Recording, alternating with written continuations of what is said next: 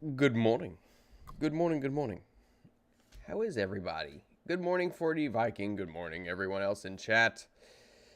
It is Saturday morning, and we're here to, I don't know, what are we even here to do? I guess we can make some maps or something. That's typically what we do on Saturday mornings, right? I gotta tell you, an entire Emo's pizza at night plus coffee the next morning makes for a very raucous start to your day. You had a fun game last night. What'd you play last night? I know you got your Spelljammer game today. Eccentric.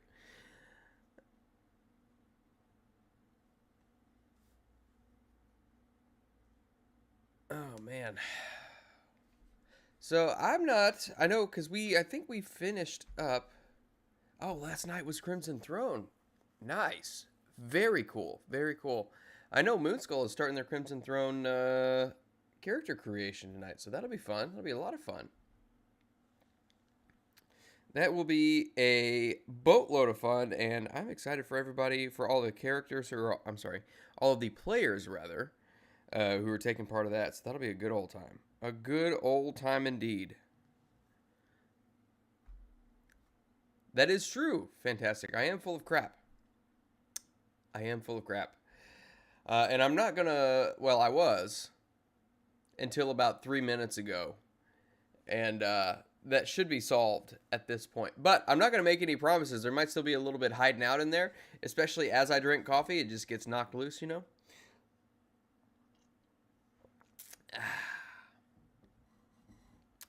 But the human body is a marvel of inconvenience. Breakfast with Moss is the best. Oh, is tonight the first session? Well, you see how well I am keeping up with that. Oh, that's right. Yeah, it would be the first session. Oh, good lord, because they've got the character art and everything already released. Uh, guys, the number of hours I have put into other things, I have not been able to keep up with basically anything. No corn. I don't know if that's surprising. I don't really eat corn. Not that I have any distaste for corn. I like corn.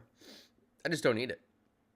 I did have, last time I had corn, I had elote from the local Mexican restaurant. And I gotta say, elote, whenever they put the cream cheese and stuff on it, I'll just take the regular corn with butter and pepper. I don't need anything else. I don't need it fancy. I don't need fancy corn. I need that bourgeois corn. Anywho, all that being said, let me switch over. Boo, boo, boo. Here we are. And you know, I will say I had tried, I don't know what's going on. I'll have to do a little bit more digging to figure out what's going on with it. But as far as the chat bubble, it just did not want to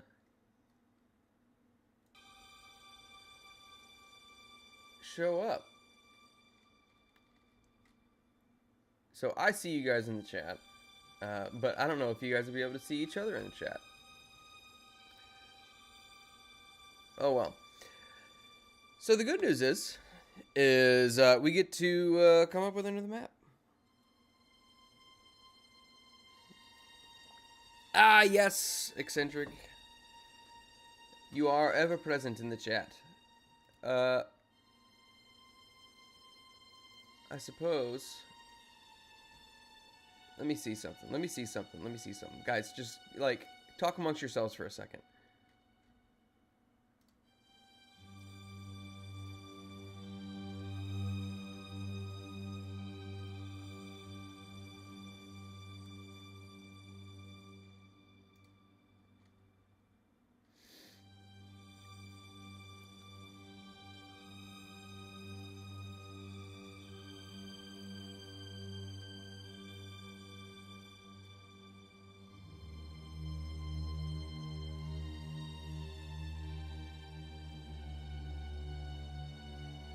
Oh, we might have something. We might have something. Hold up. Hold up.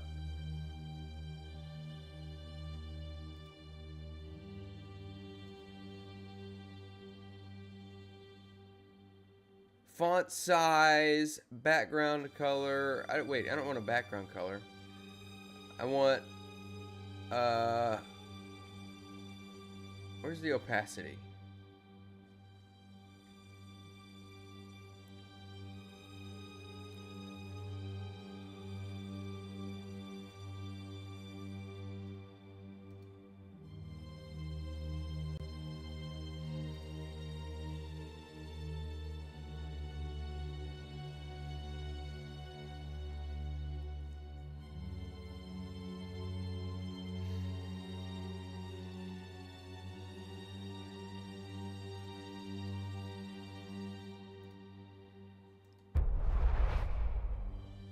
There we go.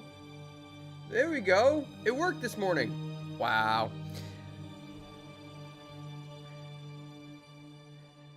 Oh, man. Do I look taller? That's just the camera angle. I've been playing Fallout 4 again. Somehow the modded save is working on your PS5. That's weird. I haven't played Fallout 4 in a good while, and I feel like I want to go back to it. Do I need to turn the music down? Let me pop that down just a tad so you guys can hear the soulful sounds of my very sexy voice. Okay. So, let's go to Fantasy Battle Maps. I have no idea what we want to make today. No clue.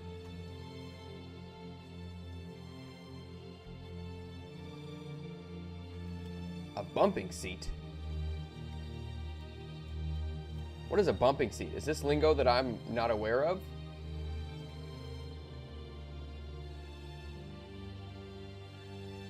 Alright, so does anyone have any ideas? What kind of a map should we make today? What kind of subject matter do we have?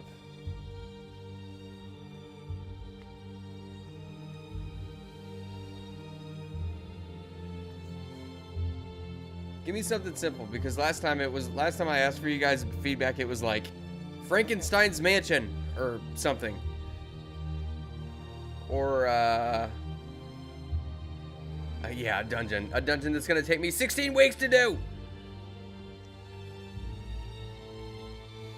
A ghost town.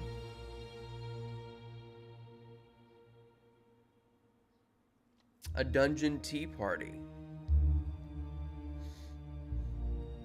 Are we talking like a tea party where monsters would have tea? Or is it a tea party where, we just throw tea into the underground river? You know, fantastic. I had a customer yesterday who I walked out from behind the desk to go and meet and give him something.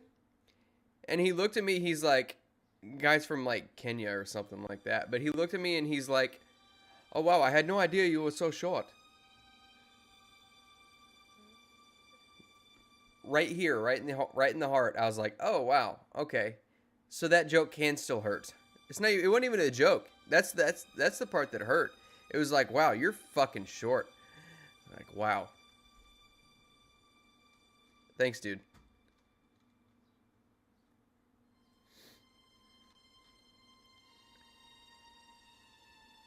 Oh, yeah, I know what those seats are. I didn't know it was called a bumping seat.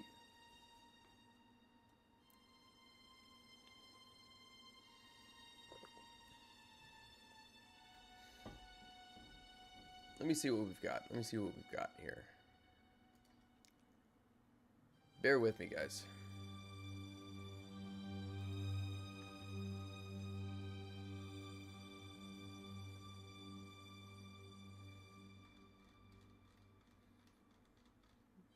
I like the ghost town idea. I think a ghost town would be perfectly feasible.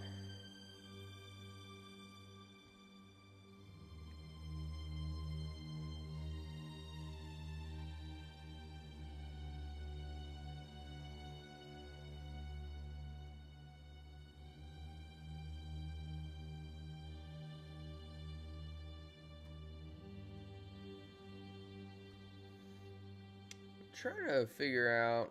Hold on. There was a way that I could do something here.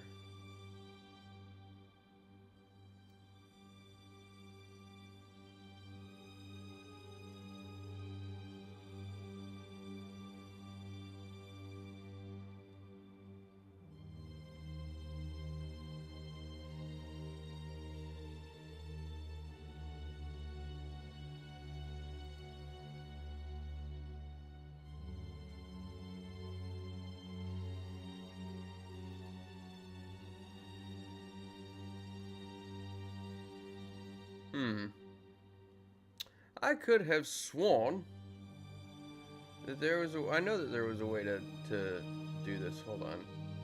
I gotta get this fixed, because it used to be that the background was, like, transparent on the chat, or almost transparent.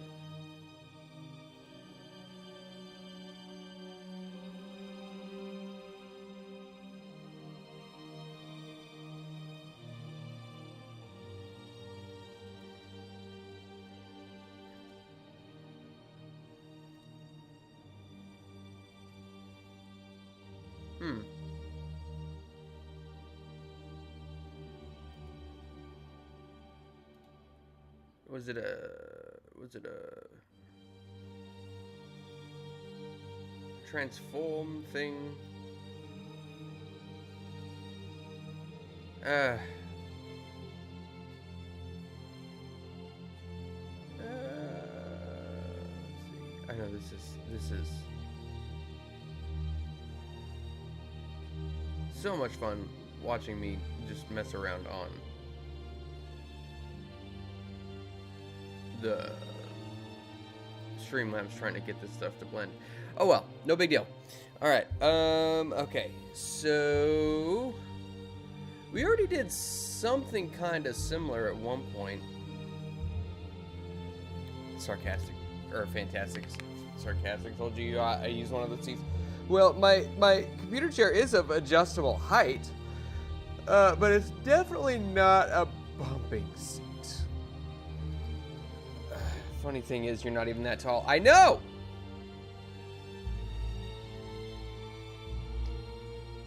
Average height is tall to me. Oh, to be me. The woes of being a tiny, tiny man.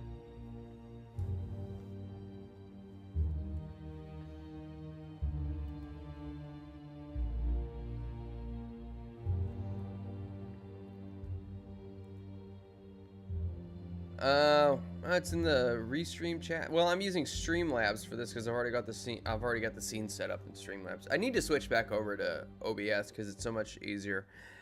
But I do like. Let's see. Yeah, it's just because I've got all the everything set up and the scenes and everything already in Streamlabs. I need to take some time to actually go in and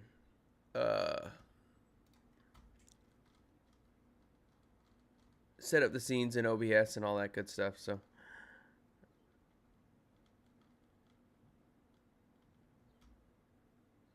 now, see, dang it, Freddy, I knew it. Chat screen is screwed up. I knew it.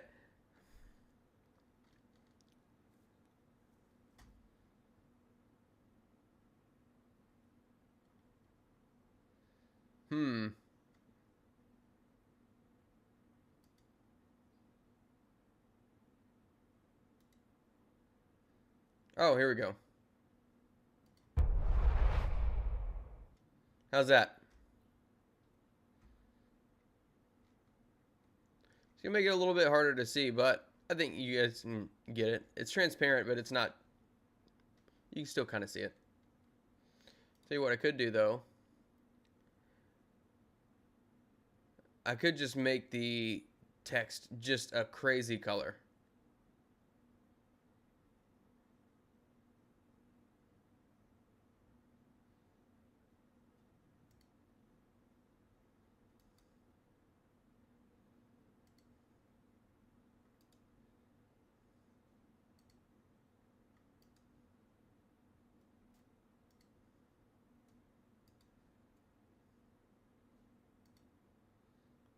Whoa.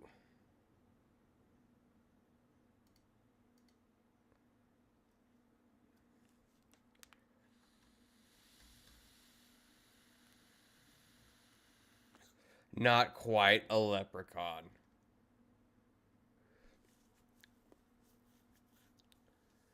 Hmm.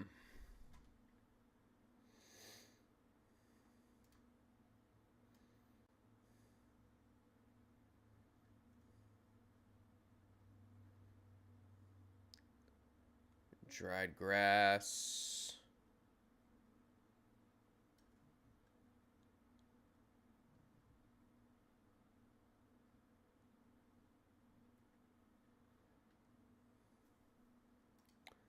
Let's see. We're just experimenting at this point.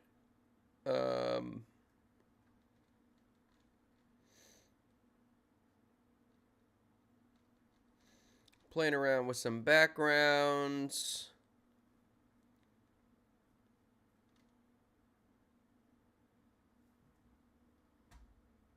Oh.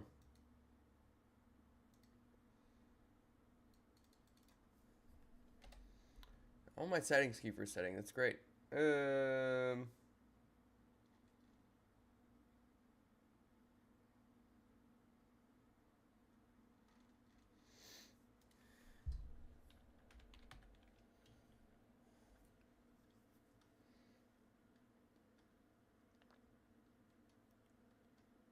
Let's see.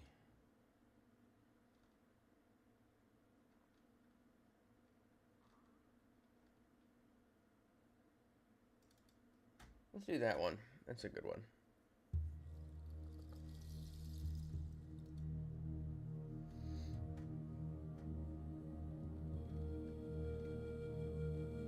Guys, I'm a professional. I've only been doing this for like 86 weeks. Welcome back, Eccentric. No, Dark Moss. Ha.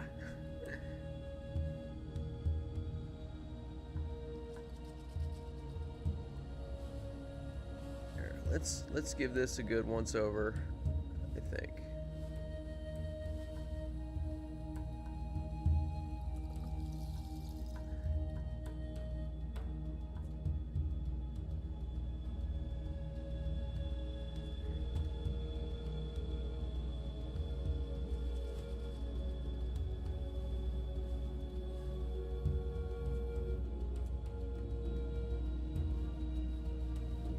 I don't think that's quite right either.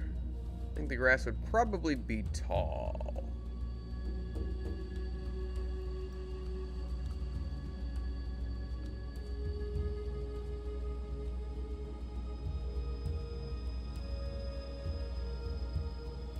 You know what I haven't done? A store?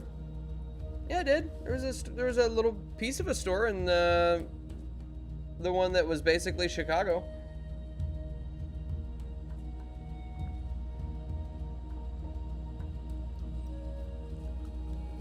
But that wasn't like a magic tavern or anything like that. Oh, are you guys seeing? Is there a little image thing in your gut? Here, let me. Good lord.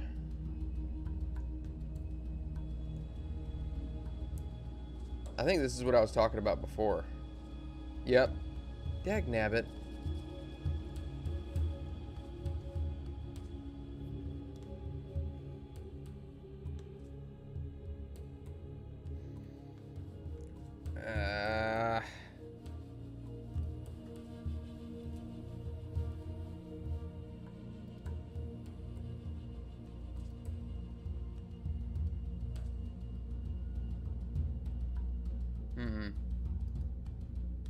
See, I can't find a way to because there's a little window. You can see like a little window thing. This is what I was talking about. It got screwed up. I'm not really sure why it's like this.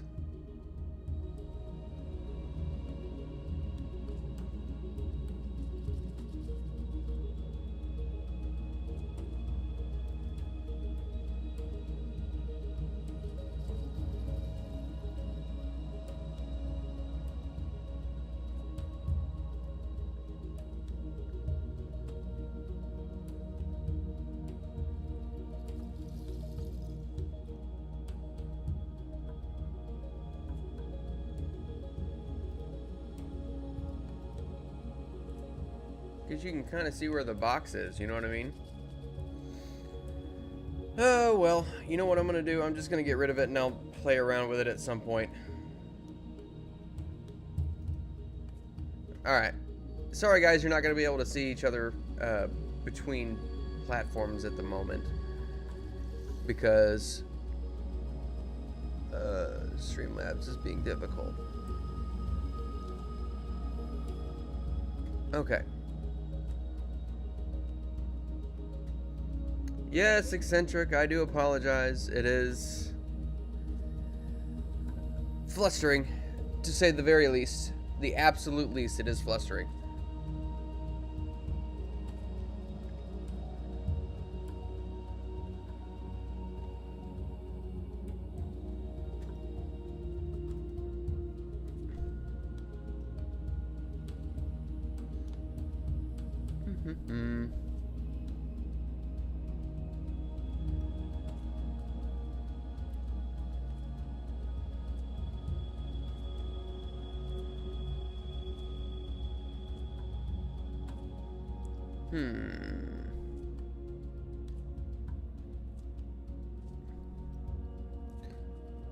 Alright, let's look into...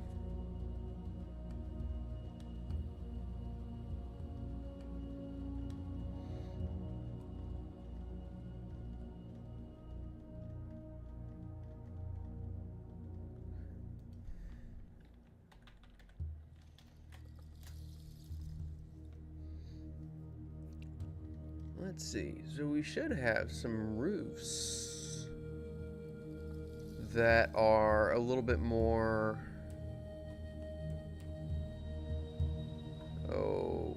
dilapidated?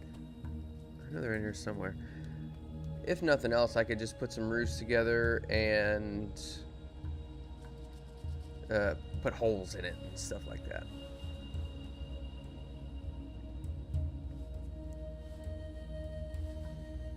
Lower my camera shot. I am mid-frame. What do you want from me, Fantastic? You know you're just being nitpicky.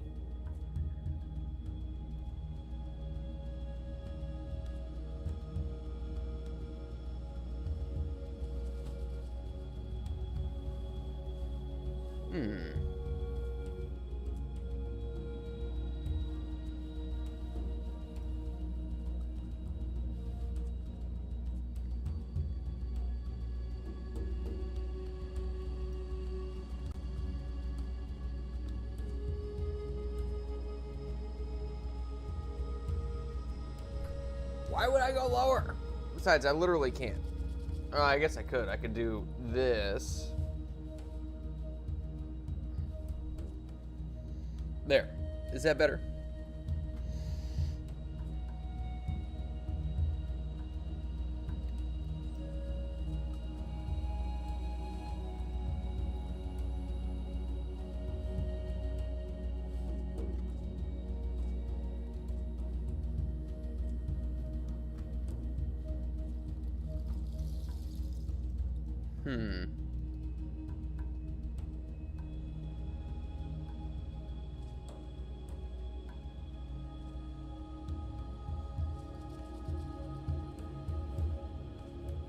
Gotta find the perfect roof.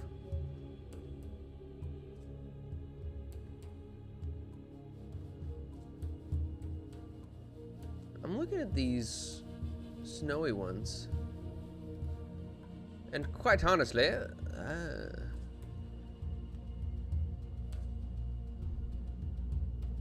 I don't have any grid lines. Fantastic.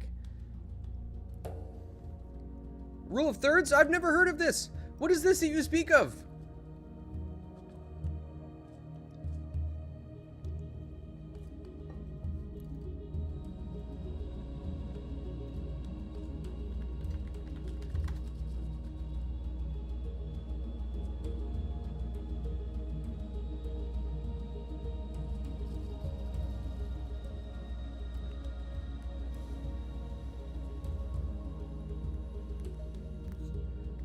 I do not hunch that much.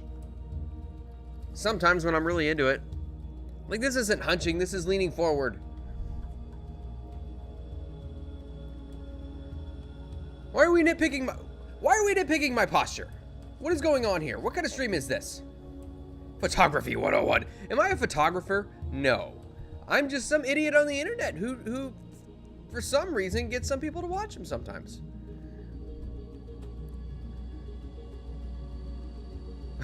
What is happening?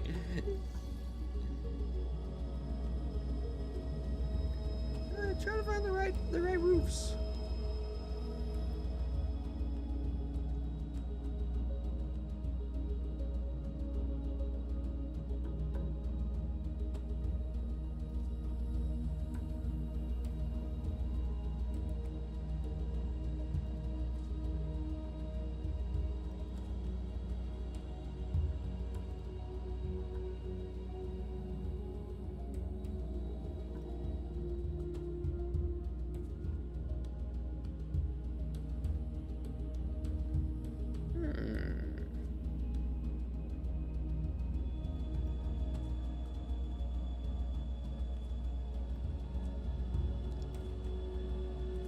Pardon me, I'm just thinking.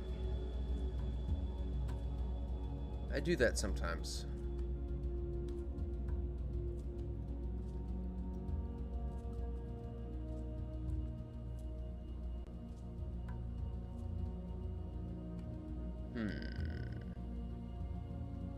Just trying to help. Straight up act right. Not only am I short, I am gay, according to Fantastic Sarcastic. Oh god, that's gonna be... Yes, triggering Moss this... Yeah! I will unleash my fury upon you like the gusts of 1,000 winds! Can't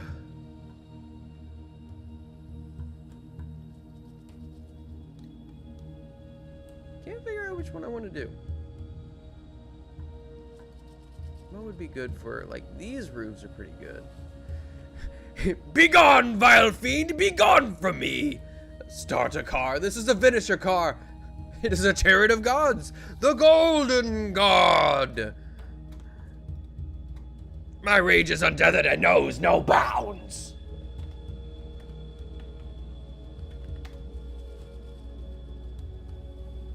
I'm glad Eccentric knows what I'm talking about.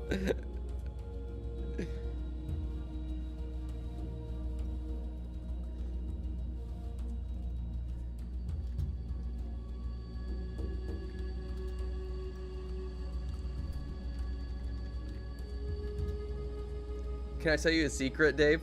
I was like, that's one of the reasons why I asked him. I was like, are we doing the cast announcement for masks yet? And he's like, yeah, go ahead.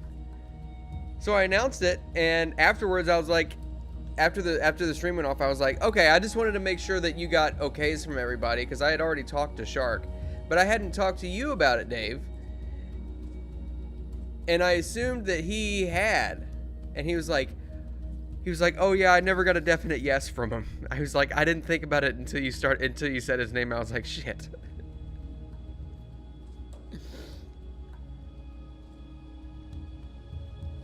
Do your Daffy voice? I don't think I have a Daffy Duck voice, do I?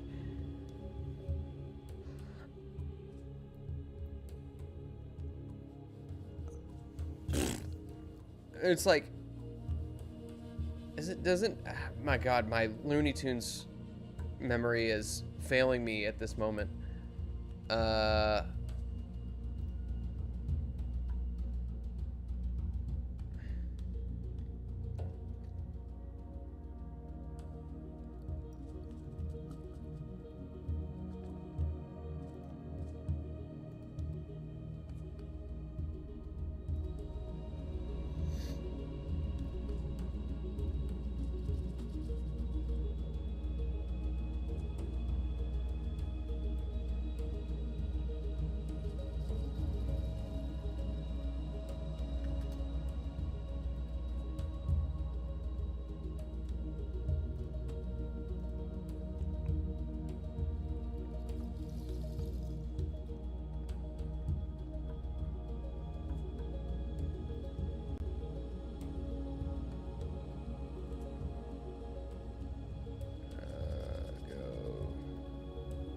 Make a pee-pee house.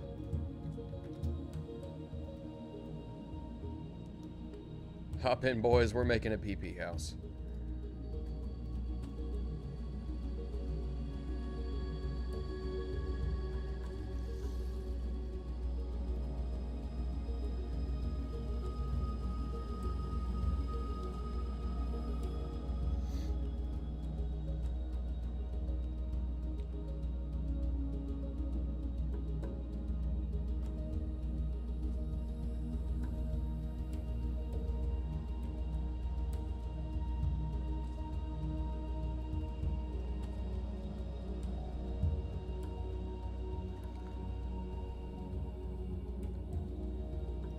And you know what? I think what we're gonna do, I want this to be kind of a wintry type scene. So I think what we're gonna do, yeah, let's do, oh, dirt.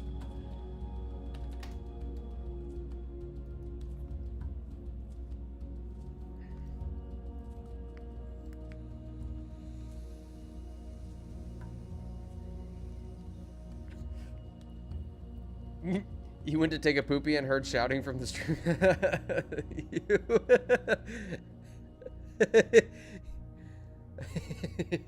You.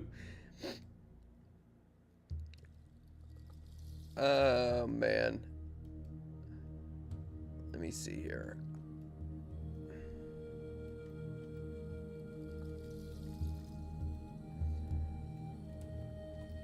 There may have been shouting from the stream. I don't know how this is going to look. This might be a little bit too dark. And honestly, maybe the texture is a little bit big.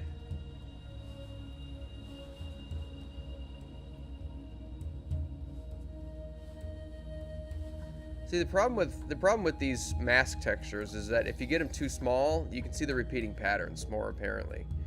But the good news is, if I can successfully break it up with another overlaying texture,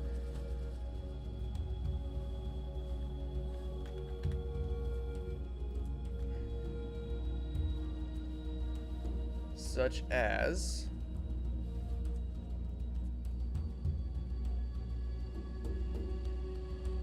this.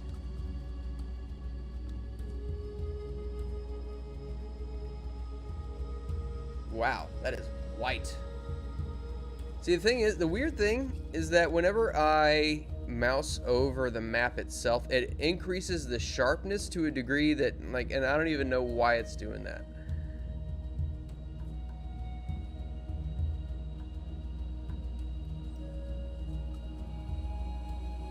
Only 2 commands for users. I don't even remember. I haven't played around with that in a good little while.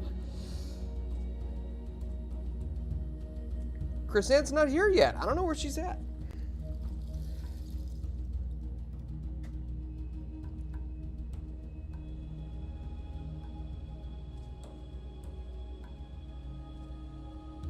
Wow, Dave. Wow.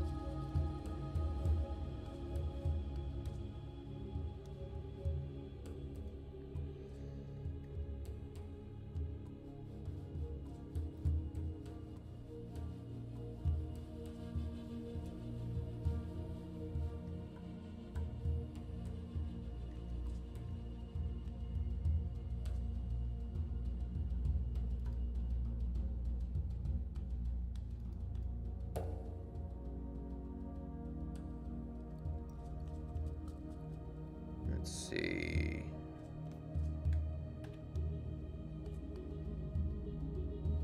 I think I know what I want to do. Okay, so I'm going to go back over this with just the brown. So that way I can kind of see what I'm doing as far as the buildings are concerned.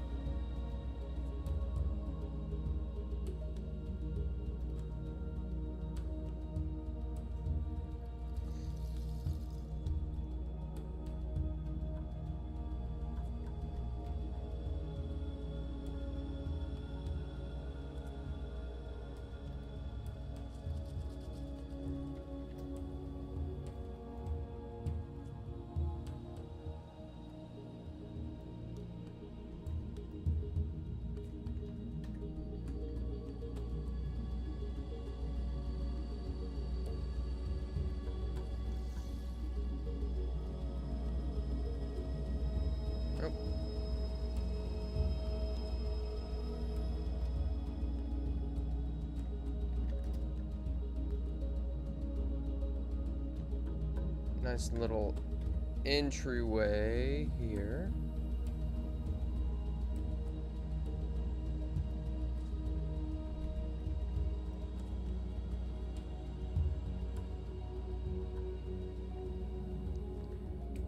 Nuggie Smalls had a late night last night.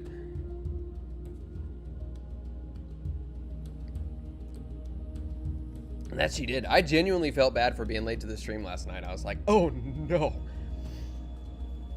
I don't know what happened. Because I was like, and Fantastic can attest to it. I was like, Sammy was like, all right, we want to do one more game. And I think it was like, I don't know. I think it was like right at 9 o'clock or something like that when that happened. I can't remember. But I genuinely thought I had another hour before the stream started. I blame the time change.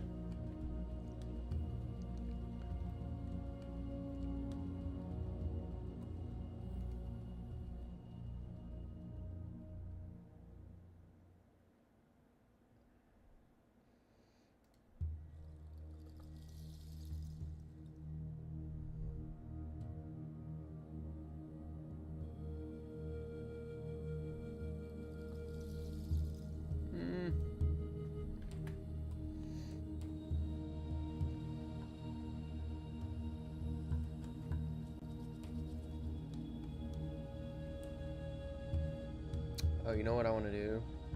Let's see. It could be...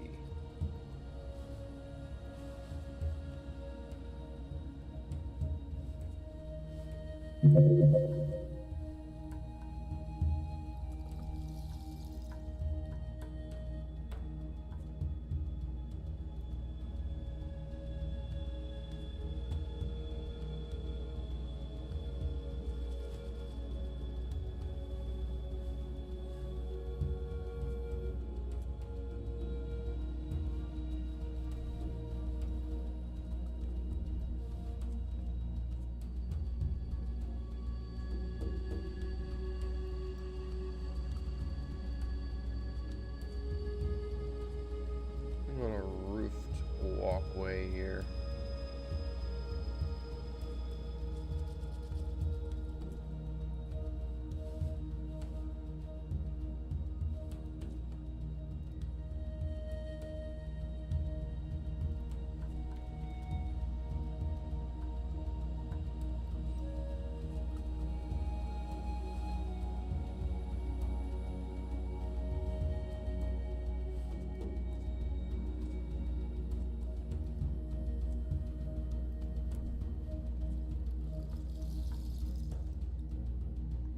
Apparently Chrysanth. Hello, Chrysanth!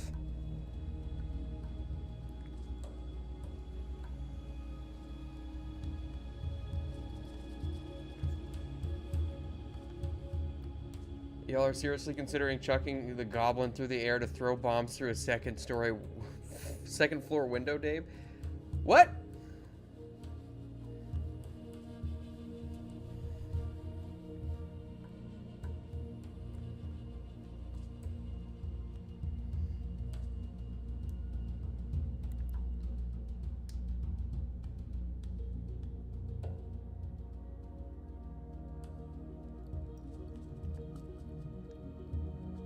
Holy smokes. I'm sorry. I'm like...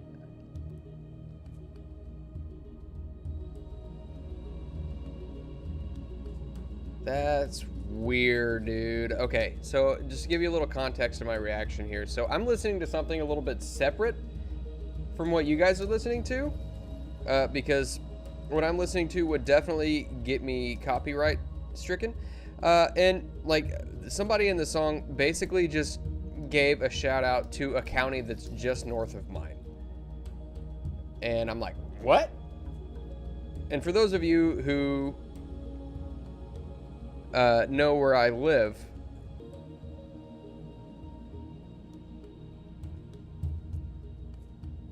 sorry, Fantastic. I need to work on it. I'm not sure what's going on with it, but it has like a little frame when I put it on screen.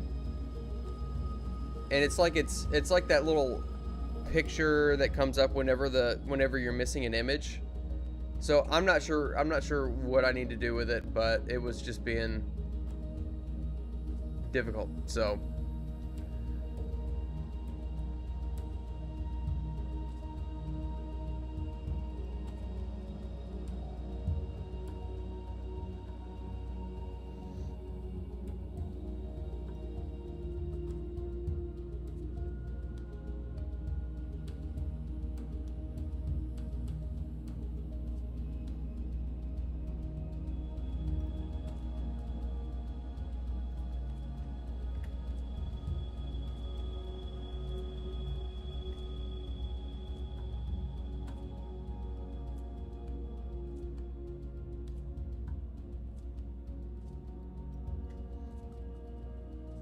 I did. I did try to refresh it, Freddy.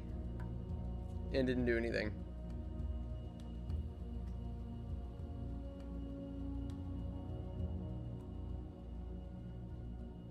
Good morning, Corey. How are you?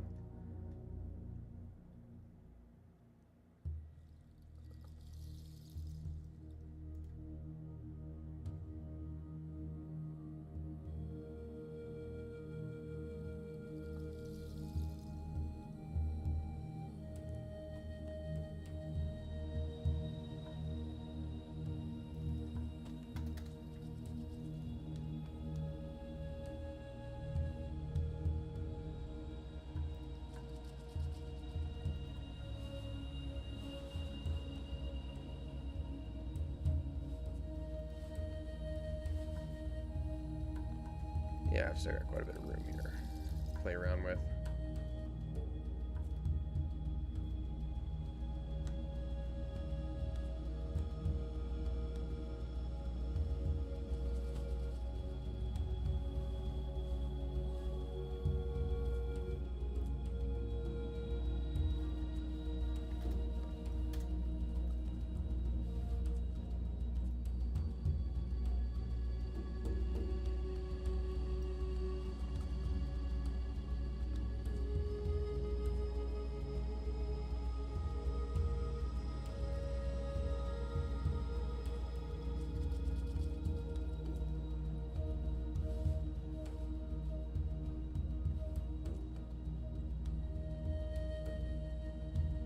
I might completely just get rid of this. Because these roofs, I'm so bad at working with these roofs here.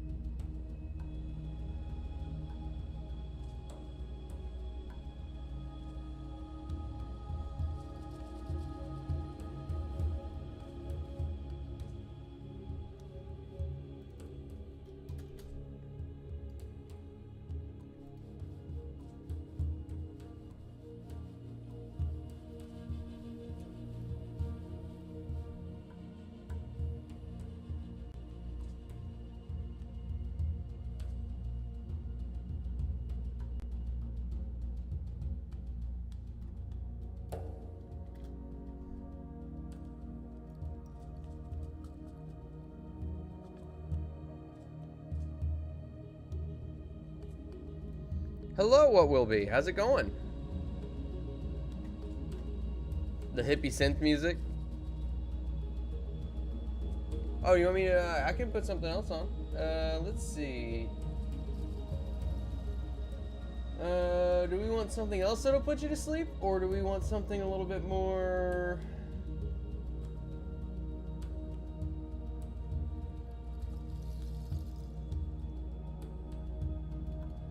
There, we'll go to that one.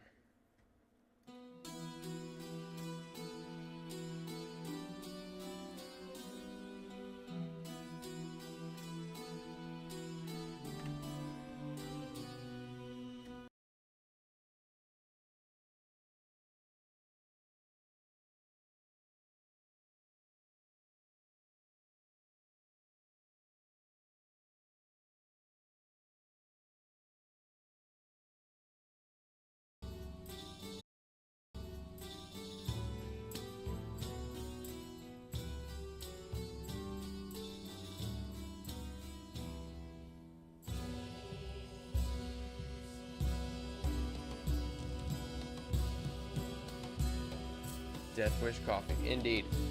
Well, actually, you know, now that you mention it, I do need to go and get a refill on mine. You see, I'm dead empty. So, give me just one moment. I'll be right back, all right? Cheers, stream.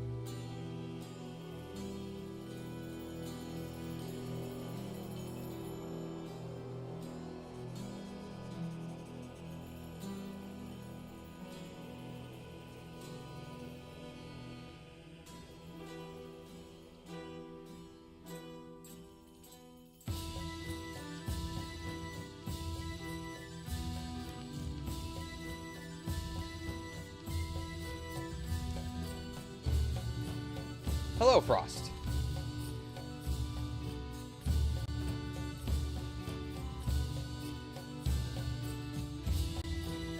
Later, Eccentric. Good to see you, buddy. Have a beautiful time. I'm still trying to figure out which way.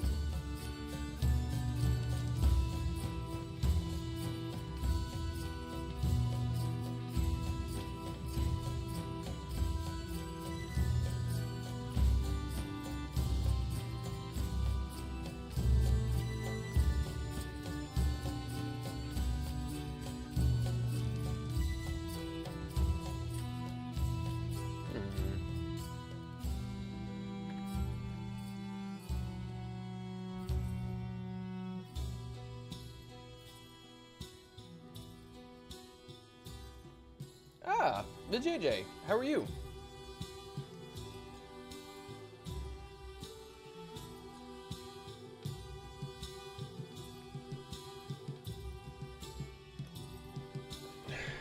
Try talking.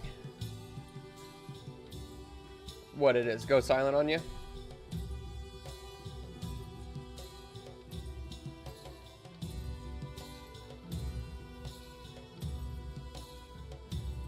What do you mean there's no sound?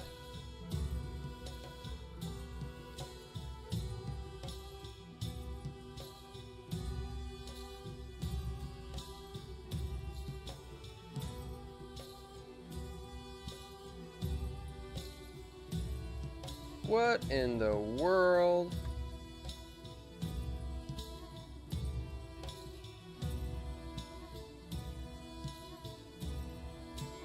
Can you guys on YouTube hear me? Here, let me pull the YouTube stream up. Good lord.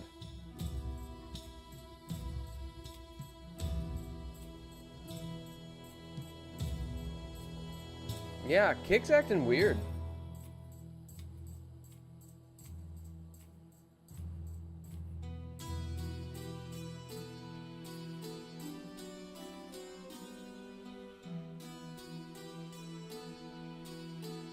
I don't know.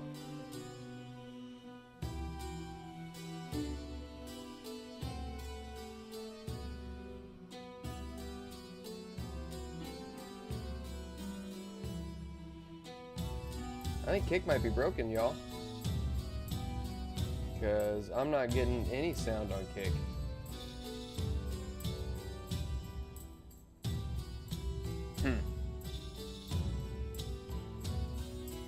Oh, there we go. Never mind.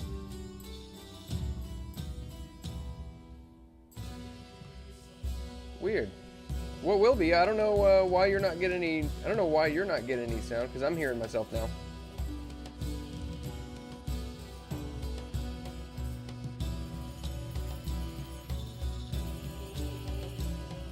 Must be user error.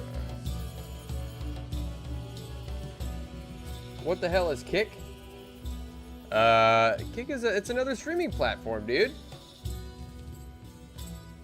It's like Twitch, but better.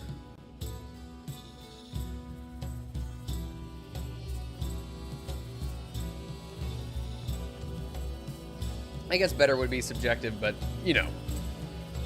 It's a lot more friendly to newer people because it's a smaller platform. And I think their monetization policy, not to get too in the weeds, but their monetization policy is a little bit better, in my opinion.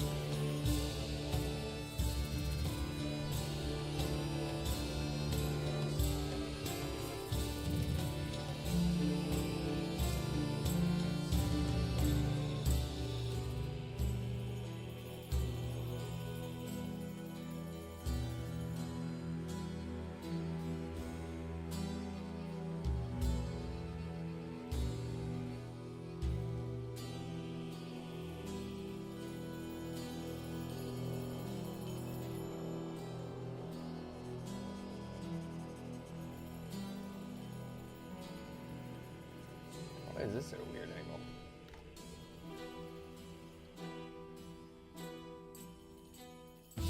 Kick is run by gambling Muslims, of course it's better. They're not a huge fan, to my understanding, they're not really a huge fan of animal abuse on Kick. Yeah, Twitch is never gonna live that one down.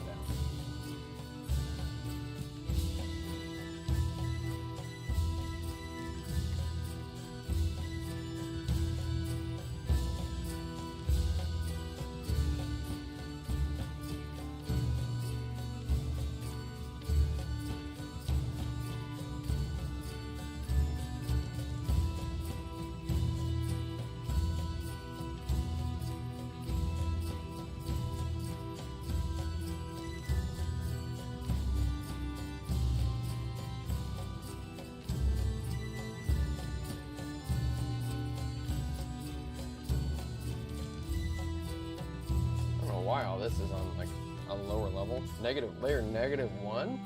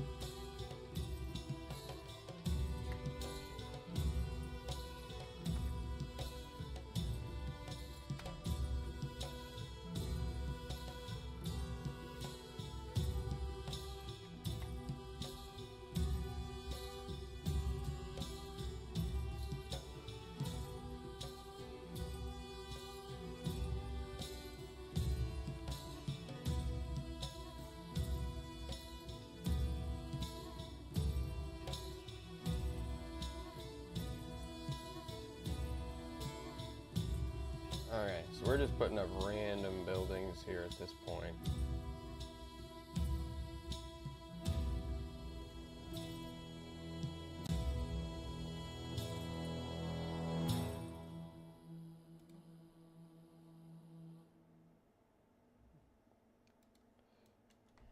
I'll tell you what might actually be easier if we do something like this here. Composites.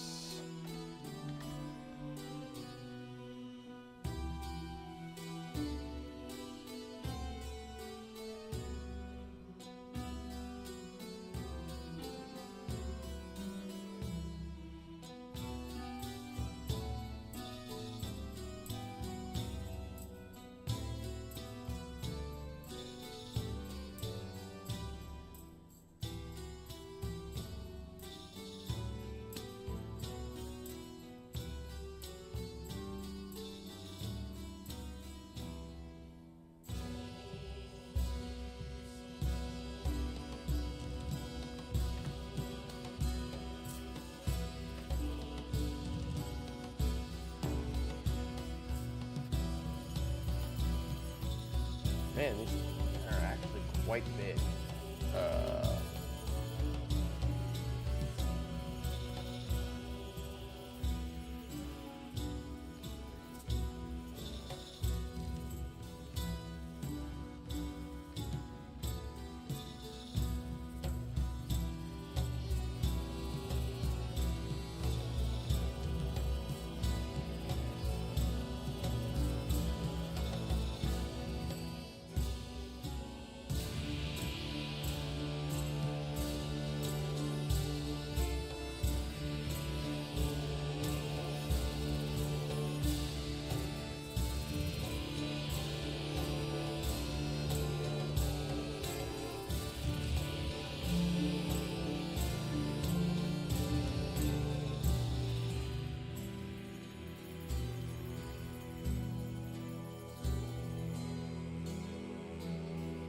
Everything perfectly square. We can probably have a building going up kind of at an angle where the road kind of runs around that way.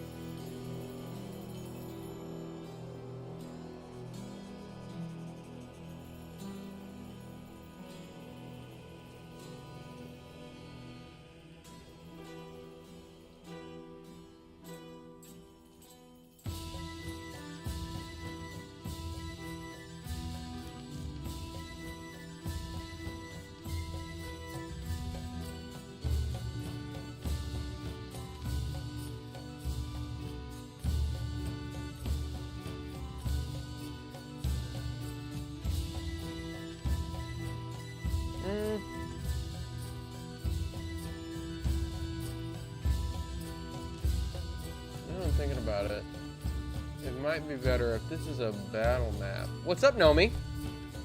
Nomi! It might be better if you got more open ground, because if we got closed-in roofs, then that means that there's not really going to be a whole lot of space for the characters to do what they need to do, unless they're going Assassin's Creed style, running across the roofs and everything, which would be pretty cool. It'd be pretty cool. But that being said, I think what I'm going to do, yeah, there's going to be a little bit more space between these houses, between these buildings.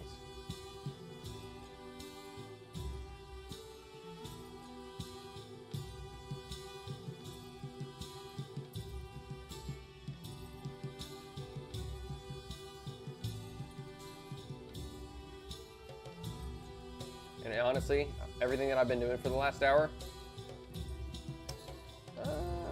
nah, I'm not going to get rid of that. I'm not going to get rid of it. Open air houses. They kind of will be open air houses because they're going to be dilapidated.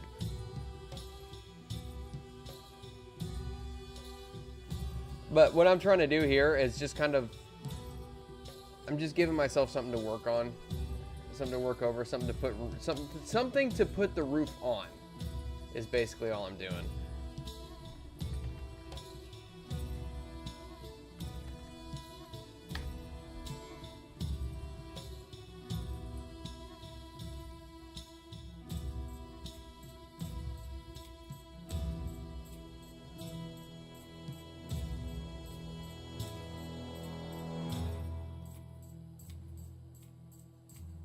It's at 255.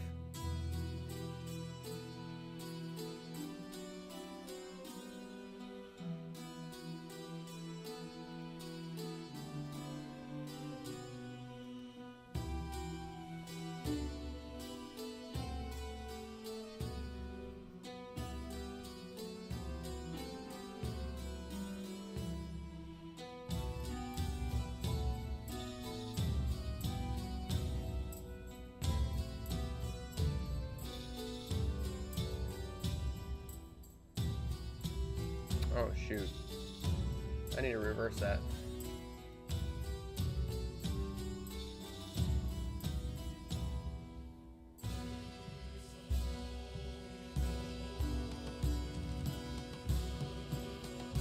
I need to go... Let's see, what's the halfway point here?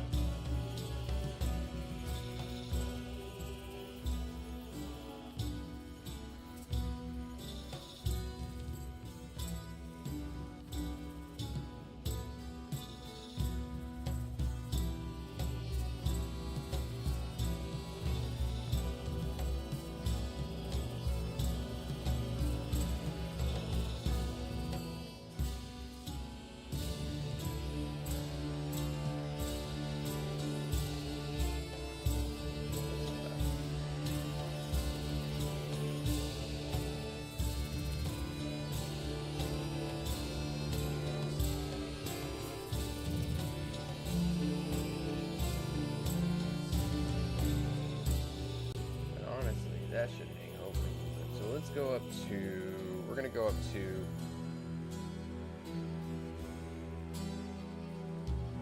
we're going to go up to the 35 scale and go there.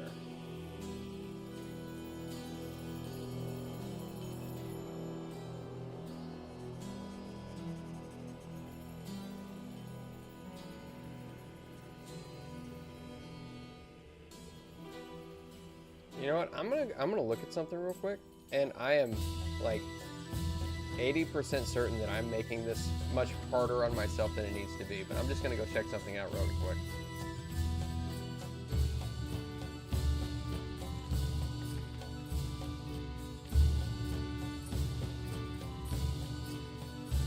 Wow, Nomi, you need to get amped up? What is that supposed to mean? What do you want me to play?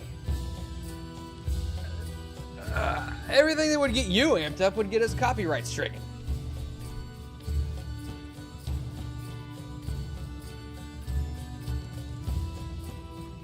Am I a candy corn guy?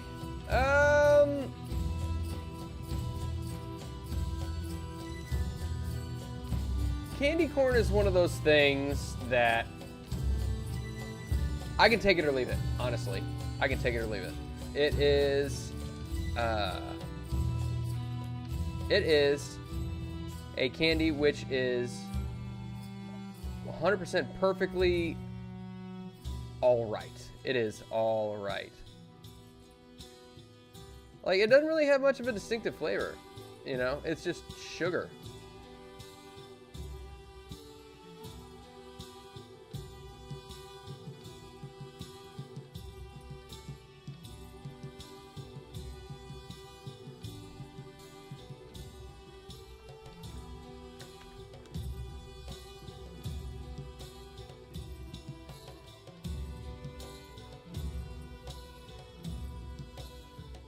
Okay, now I'm thinking about logistics here, and it's kind of hard to see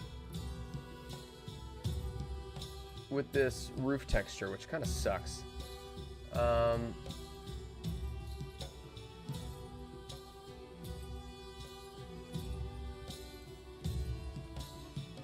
Roof texture doesn't suck, it just sucks that I can't hardly tell what I'm doing with it.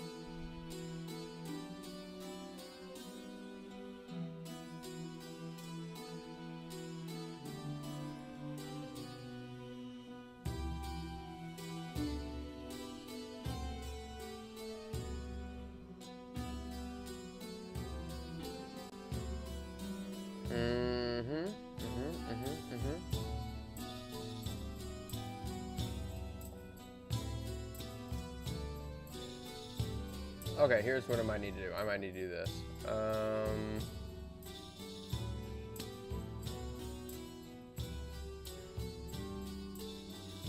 Man, there's a whole science and art form to roof building.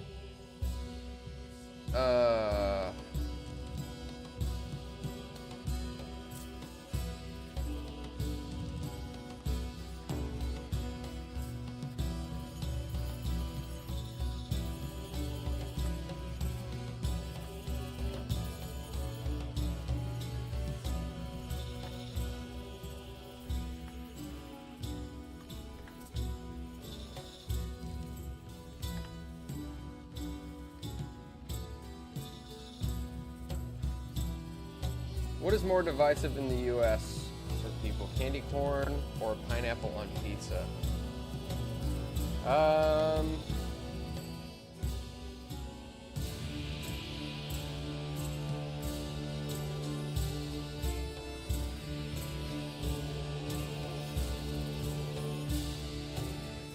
I'd say people have just a, what is the word that I'm looking for?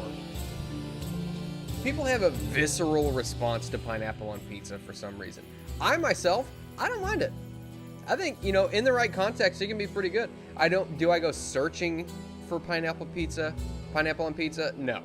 But if there's a pizza party at work and there is, you know, a pineapple bacon pizza set in there, I'll have a piece or two. You do like anchovies, dude. You remember that time that we went to Emo's and you got that anchovy and broccoli pizza and hated it?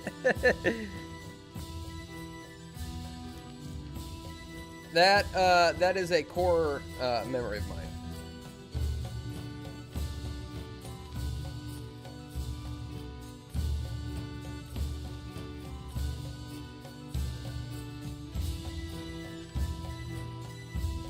Yes.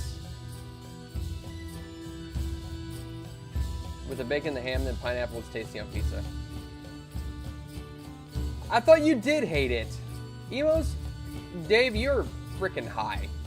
If you think emo sucks, you don't have good taste in pizza. That's all there is to it. I've never had anchovies on pizza.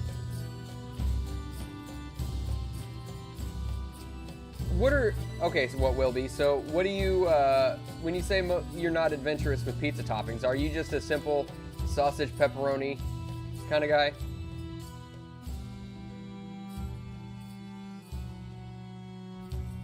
Didn't know he was so cool.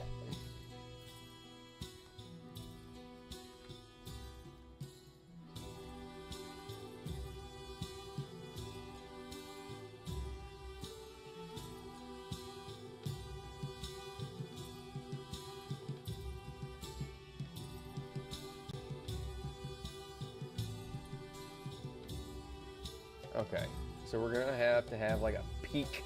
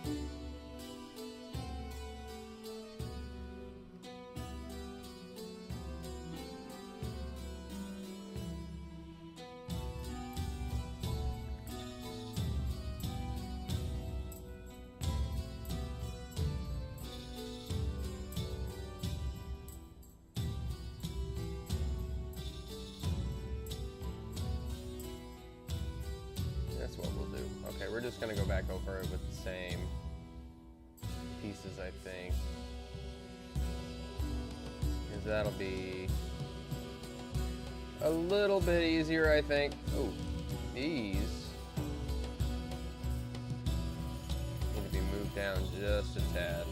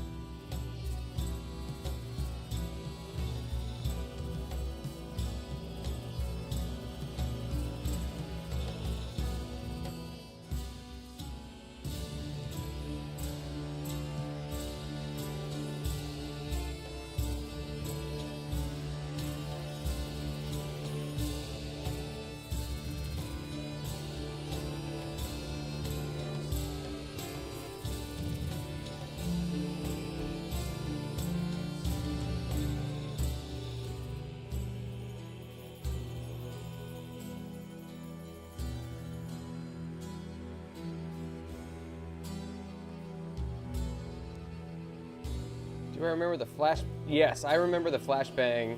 I remember the flashbang very fondly. I haven't dealt. I do have a bottle of Da Bomb in the fridge, but I don't use it very often. See, there it is, Dave. There it is. I can't escape it. There's never a stream when somebody doesn't comment on that.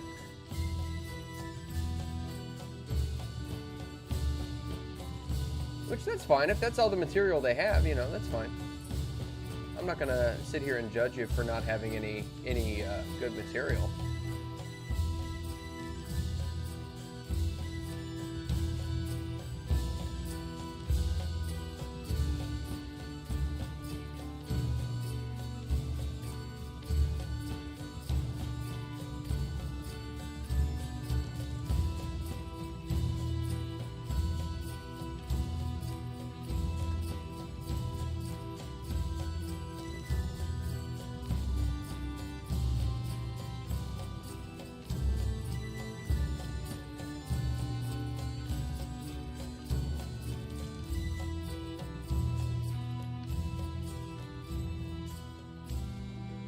said I was high. Later, Corey.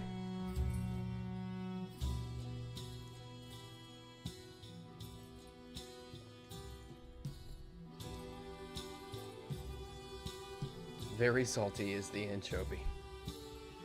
Meat lover or plain? Yep.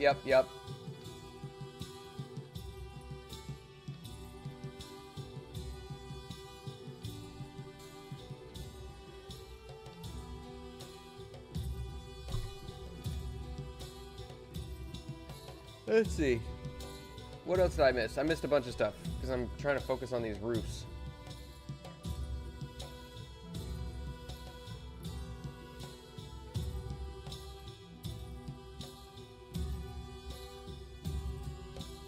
How would this be done? How would this be roofed?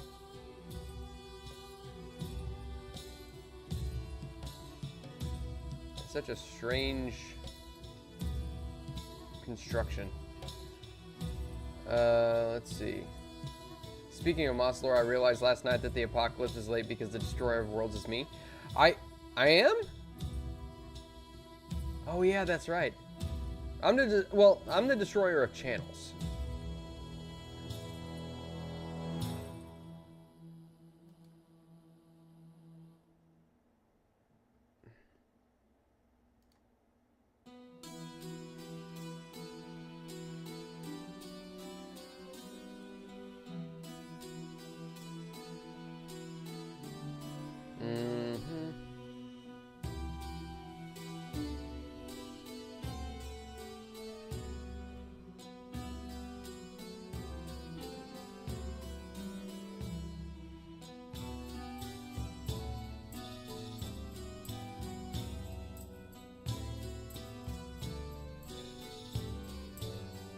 See if we can't.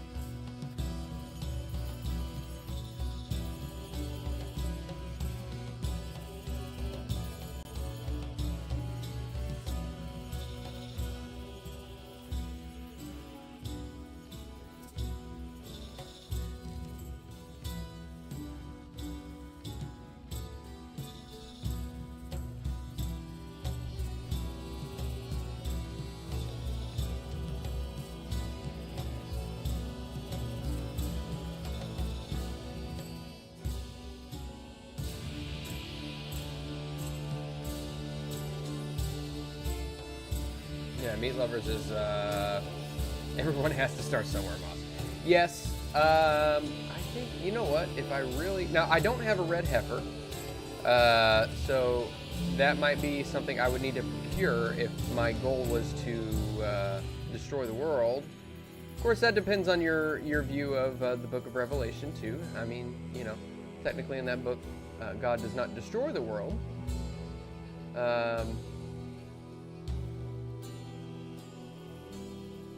But, regardless. Dude, I'm going to spend forever getting these roof tiles aligned.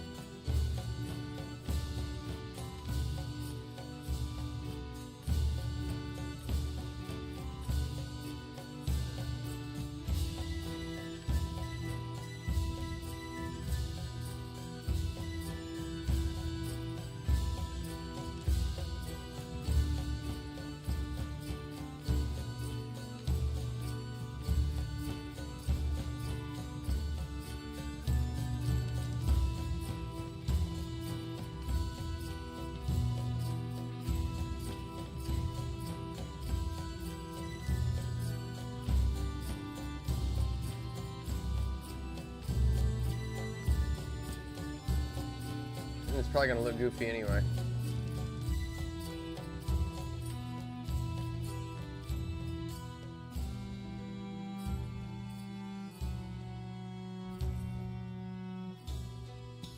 Yeah, that's gonna look all goofy. Tain't gonna look right.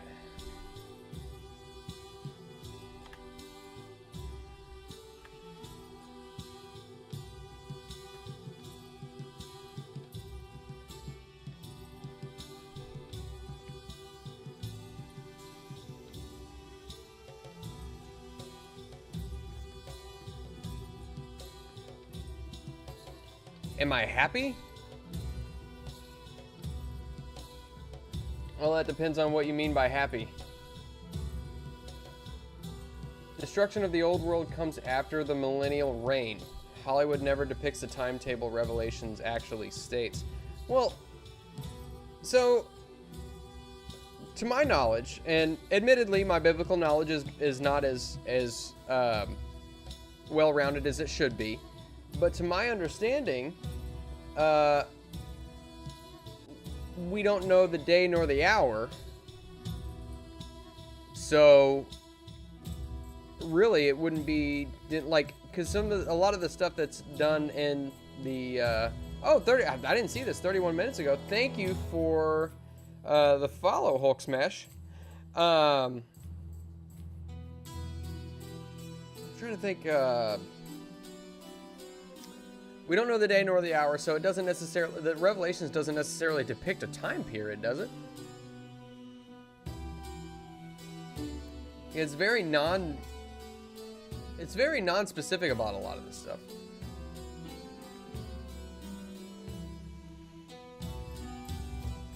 Well, yeah, if anybody's gonna know something about Revelation, it's gonna be you, Dave.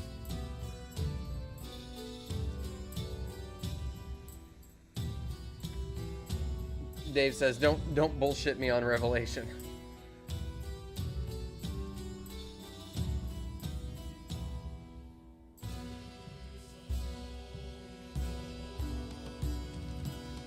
I never claimed to know anything about Revelation.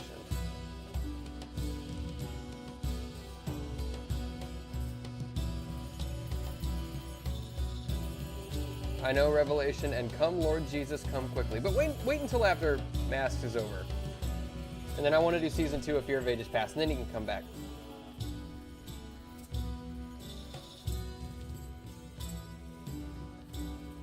All I want to know is some degree of success in this earthly life, so I know that I didn't waste my time. That's all I want.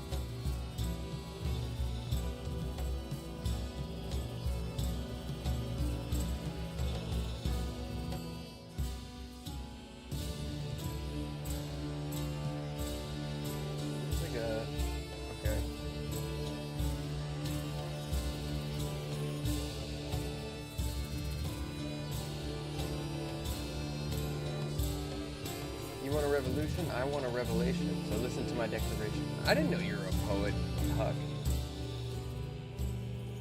It says when Christ takes control, he will reign for 1,000 years. Satan cuts loose for an unspecified amount of time to tempt the world one last time, and then the world undergoes final judgment and destroyed for the new world. Yeah.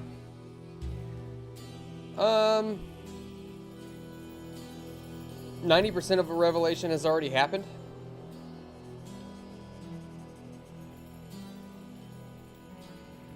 But my question is, how long has that been the case, Dave?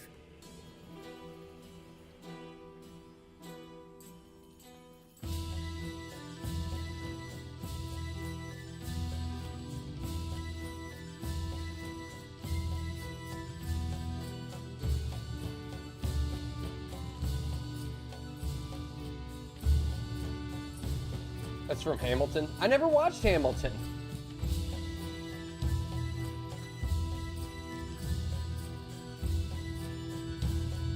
Oh man, I'm sad that I can't get the chat up because what Wilby is throwing punches. No, not 90%. Dave is full of it. Lots of groundwork has been laid for it to happen. Yes, I will let you know what will be Dave's job is to know the Bible.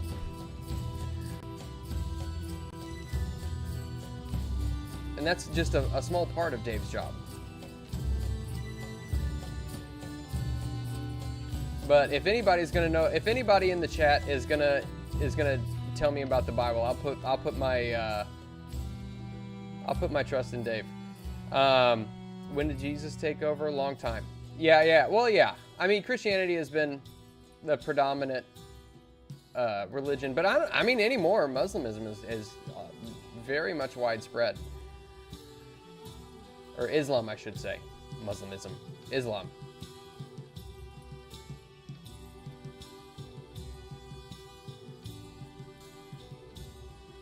Israel disappeared, then reappeared after World War II, so that's relatively recent. Yeah, that's true.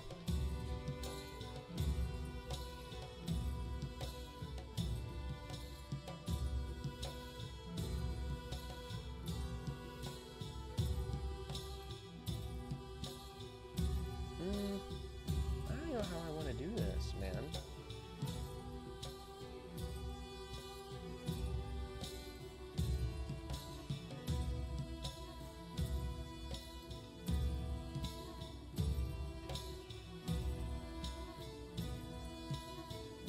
You spent last week reading up on Antichrist again?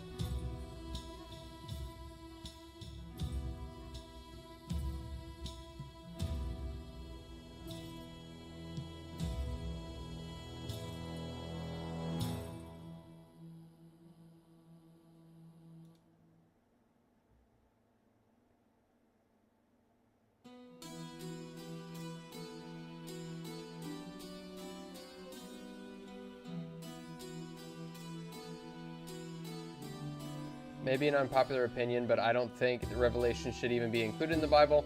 All of the quote-unquote official books of the Bible were selected by humans during the rule of Constantine. How many times does Israel appear in Revelation? Is that a trivia question? I don't know. I don't know how many times Israel appears in Revelation. That'd be a question I had for you, Dave.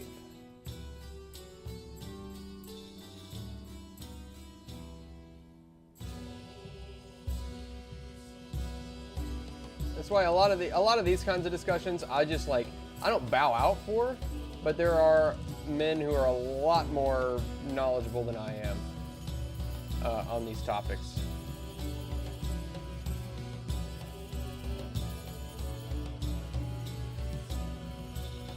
People tend to see what they want to in the book of Revelations, but it doesn't talk about Jesus' message. Well, neither does any of the Old Testament, really.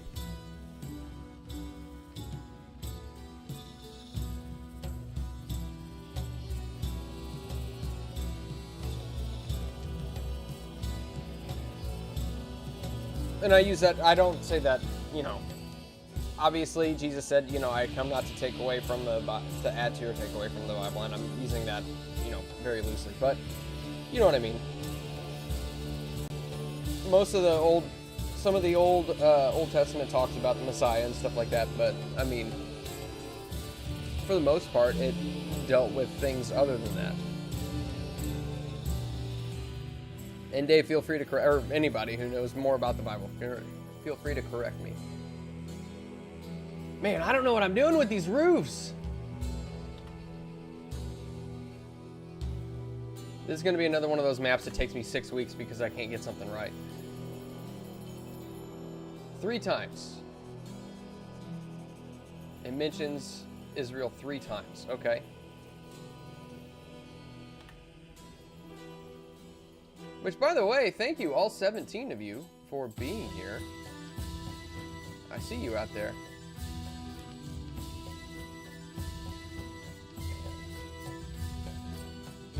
The frustrating part is, I want to have a nice, good map making stream, but the problem is that I suck at it.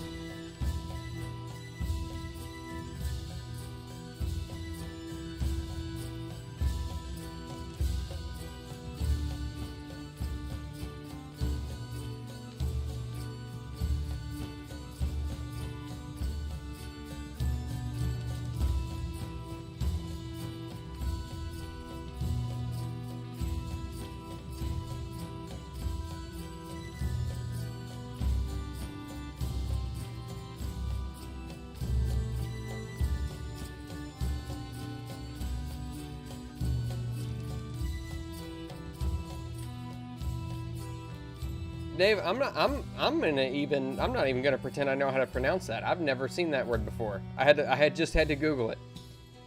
Antilegomena? Antilegomena? I don't know. Text primarily certain books in the New Testament whose authenticity or canonicity was disputed by early Christian church.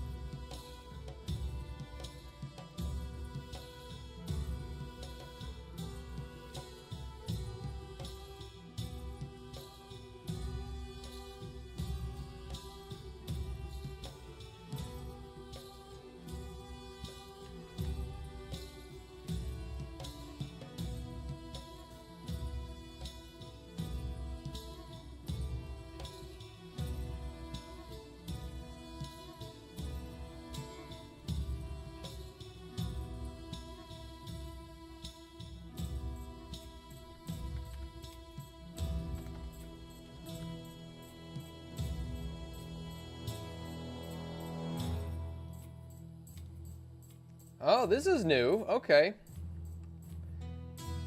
All right. The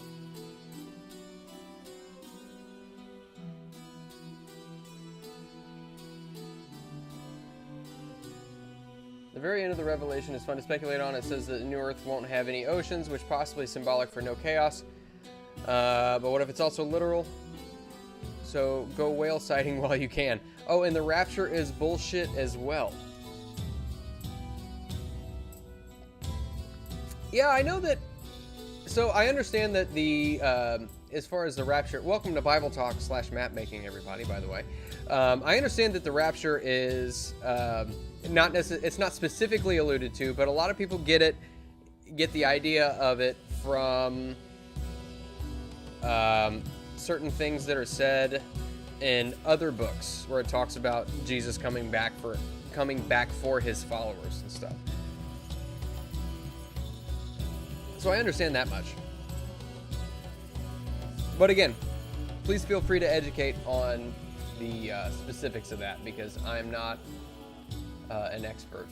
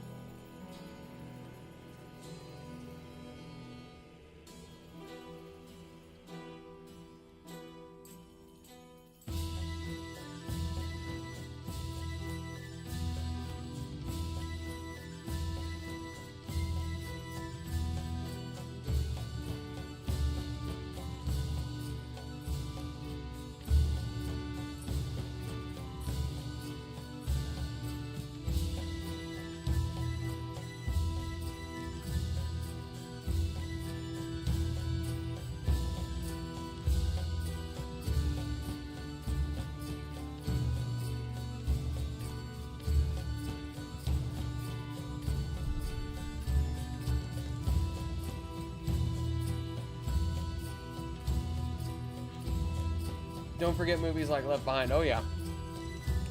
Yeah. Hello, Xanderfell84. Welcome in. Matthew 24 and 1 Thessalonians 5 misinterpreted the rapture. Revelations does say the faithful will be taken up before the millennial reign, but I don't know how it could be bullshit, assuming we're even agreeing we believe in the same book.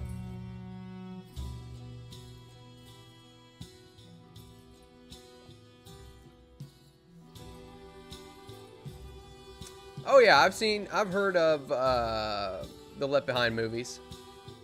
I think I even read the first book long time ago. Kirk Cameron, and then I think there was another one that was done more recently. Have you ever read any of Josephus' Antiquities of the Jews? It's from the 2nd century and tells the history of the Jews from the creation to the Second Jewish Revolt against Rome. Interesting.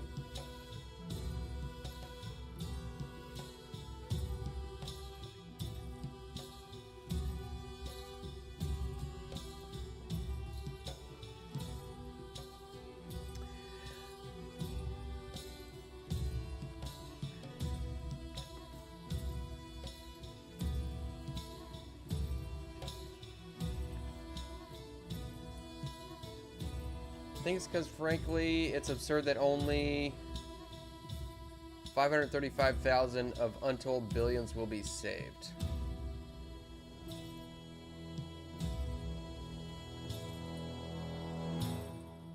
I mean, yeah.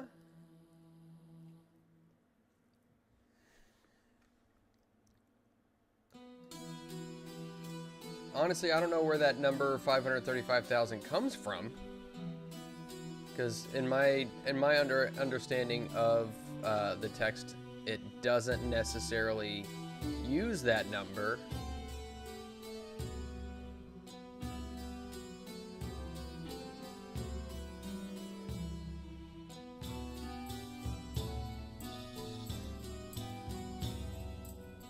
Many are called, but few are chosen. Yeah.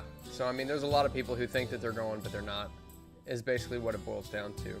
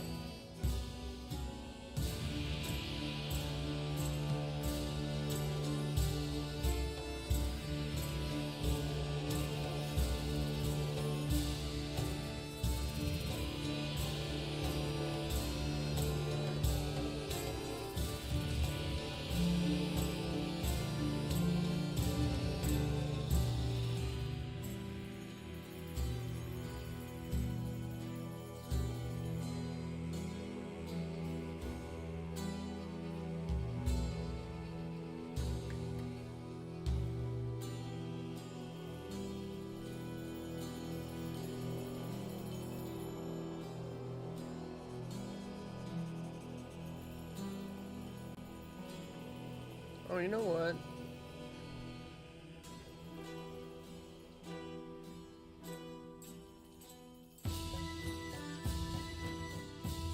Okay, yeah. I know what I'm doing. Okay, so I just need to put these under.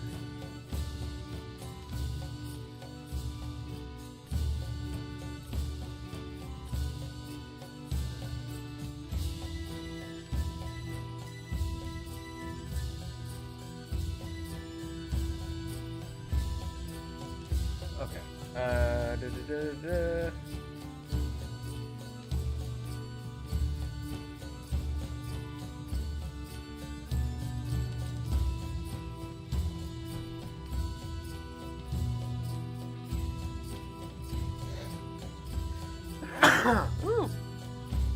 Pardon.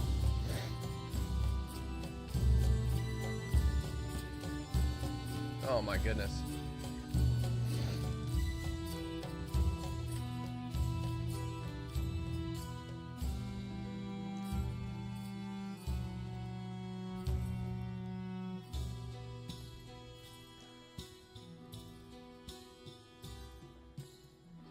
Holy moly, man.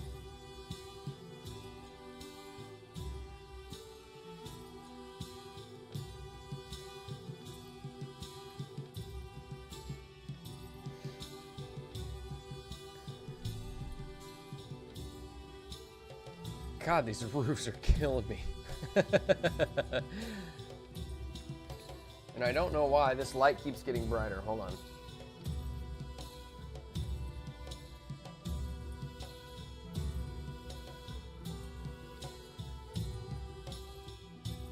Weird. It's blinding me. Oh my gosh, you guys are having whole conversations.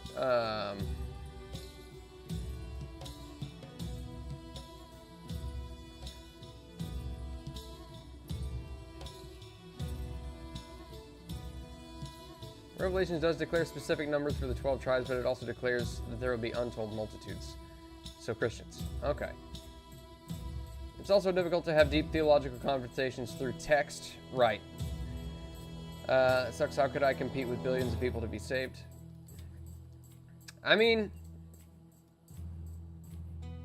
I don't know. It's not. I don't even really think it's not necessarily a competition. You know what I mean? Like going at it, looking at it through the lens of, oh, it's a competition to be saved, is coming at it through. It's like, it's not like you're fighting for spots. You know what I mean? And I'm pretty sure I'm probably taking it more literally than what you're saying, Vijay.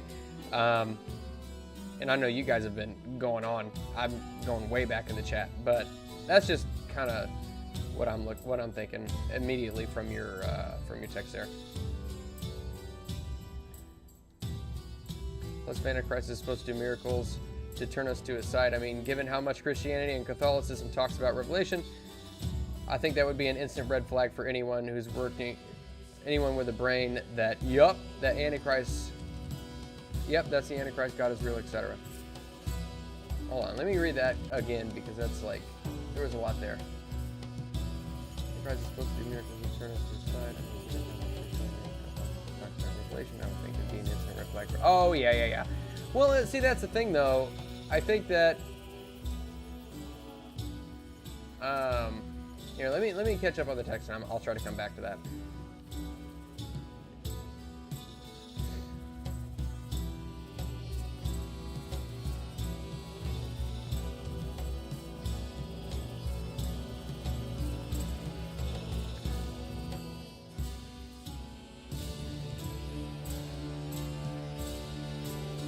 Yeah, roof alignment is difficult. I am not an architect, nor am I Mexican.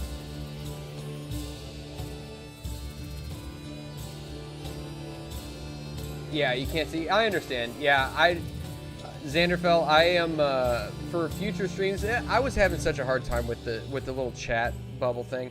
I can put it back on, but it puts like a strange frame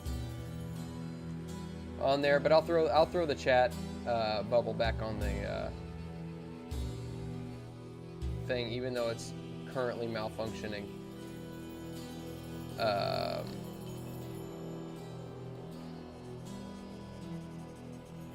Here, let's do that.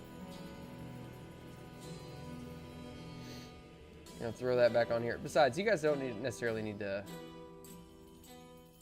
worry about seeing, like, wow, Maxine, yeah. Alright, let me do these.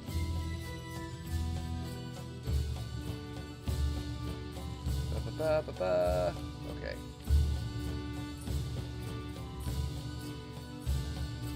Yeah, see what like up around this area here, there's a little bubble thing. It's like it's missing an asset or something.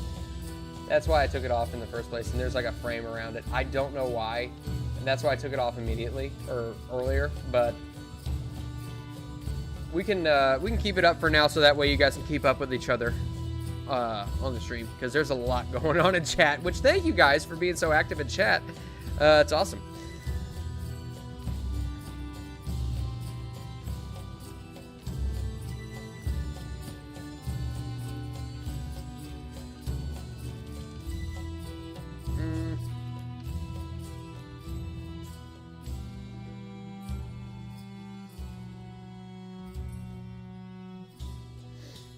Shrink the frame of the capture video, then put the chat to the right or left of the blank area. I mean, I could do that, but it's still got the problem is it's still got this like frame looking thing around it.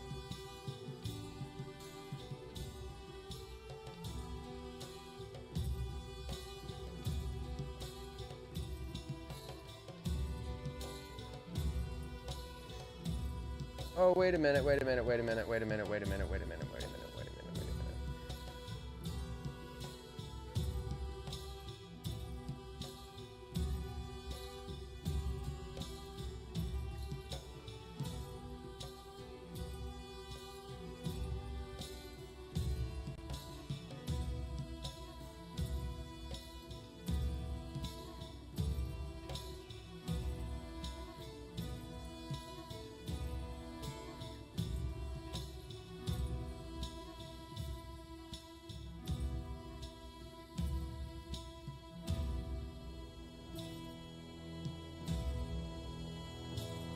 Nah, I'd have to put on a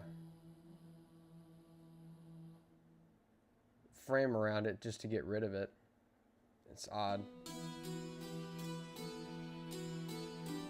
Oh, wait a minute. Hold on. There we go. All right, I think I might have figured it out.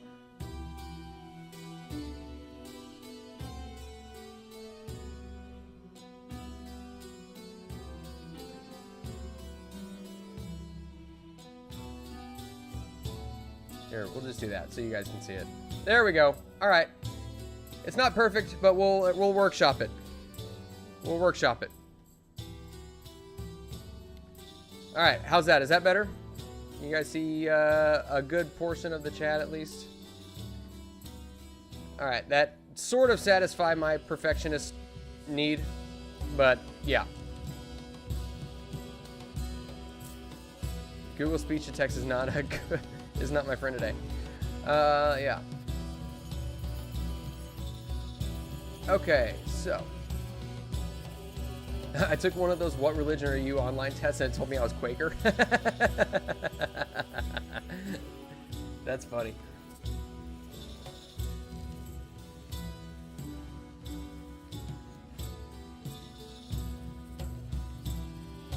Well, and Dave, you so I'm looking at Xanderfeld's previous comment here. Think about it. Atheists see some guy create a pillar of fire from nothing. All of them highly will go, "Oh crap, it's real." I mean, you're right.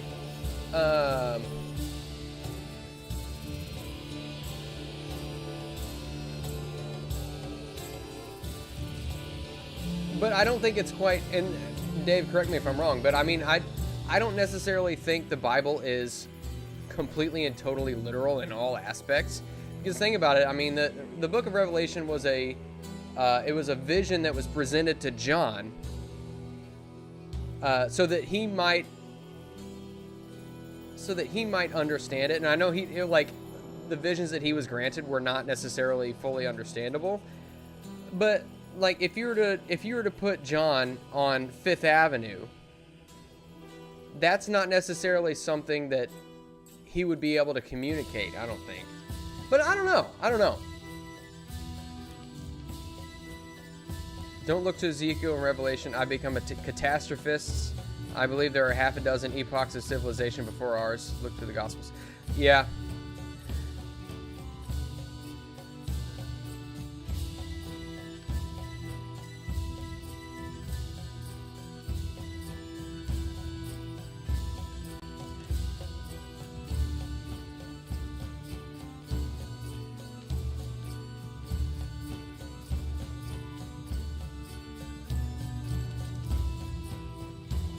This one's going to be difficult to do. But I'm going to do it, and it's going to take me 18 and a half hours. Jesus says, "I am the true vine, I am the door." Are those literal? No. But that's a historical recording of what he said.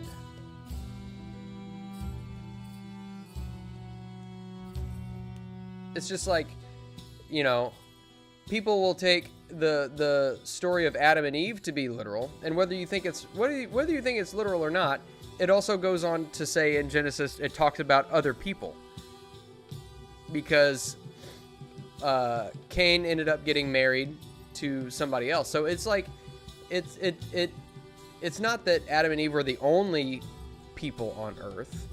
They may have been the first, but what about the other people that Genesis talks about? You know what I mean? And so there was and that's what leads me to believe that a lot of stories back then are more parable, for sure.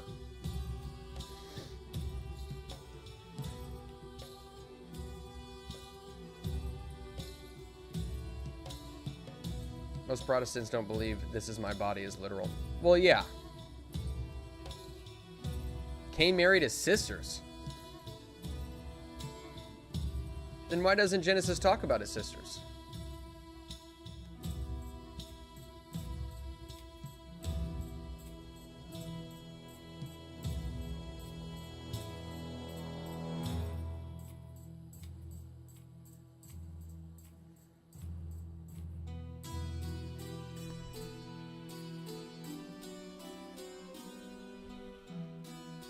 Why would it?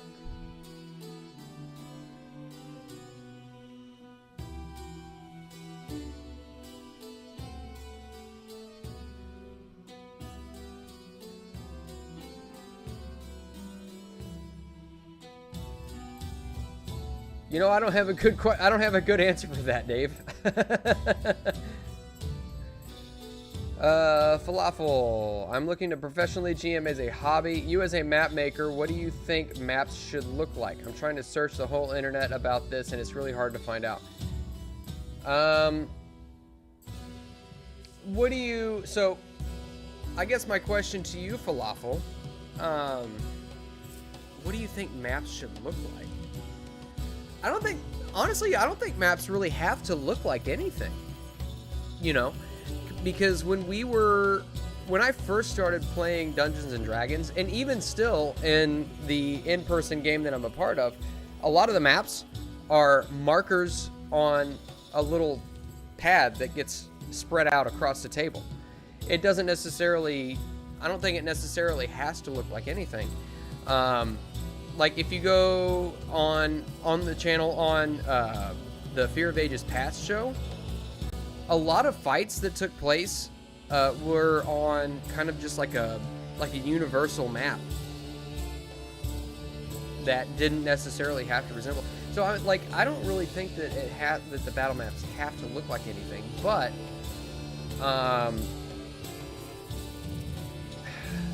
it's a tough one because you really do want your, like, if you are going to have kind of an immersive map, you want to have a lot of elements to it that might be interactable, such as, for example, like, you know, you've got over here, you've got all of these roofs. I might end up putting some dead bushes and dead trees around and stuff like that, but 99% of fights end up, you know, everybody grouped together in this area here, you know, or something like that. So I mean, obviously you want to have some open area for the gang up, which is inevitably going to happen. But it really, honestly, man, you know, that's a tough question to answer, because I think the answer to that question depends on the GM, and it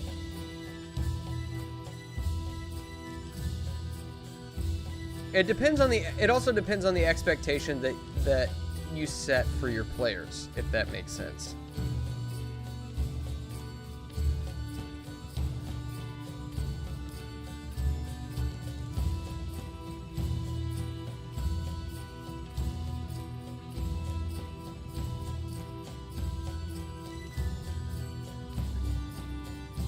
I mean, so you as the professional GM,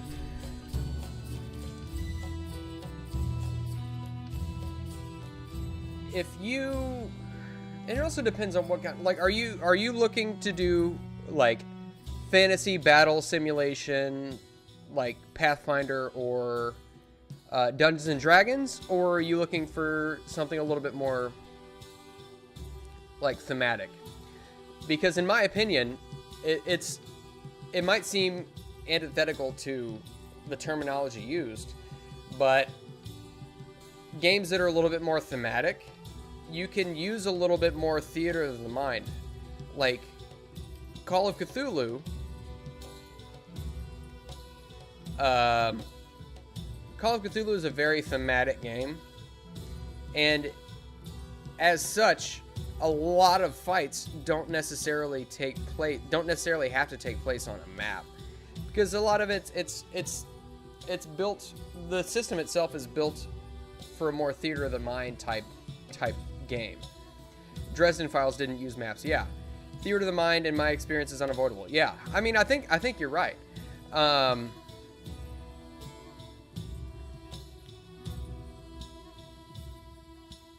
Yeah, I mean, it all depends on your style as a GM, but I would stay consistent. You know what I mean? As long as you're consistent. But here's the thing, you're always going to have players who they get into a fight in an area that you did not plan for. So a lot of guys who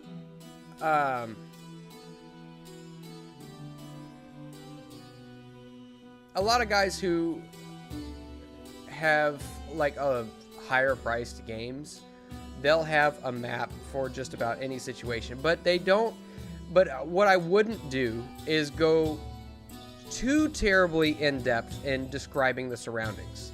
You know what I mean?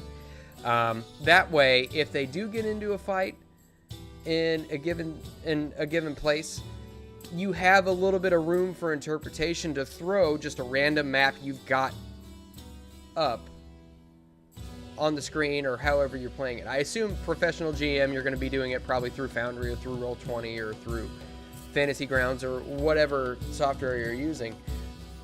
But I would just leave the descriptions a little bit loose, just enough to get the players to feel how you need them to feel in that given situation, and then throw a map up that sort of just generally matches the tone. Like, that's really all you need. 40 Viking back with eggs, waffles, and hot chocolate this time. Cyberpunk Red. Okay. Yeah. I hear you. Currently at a crossroads about it.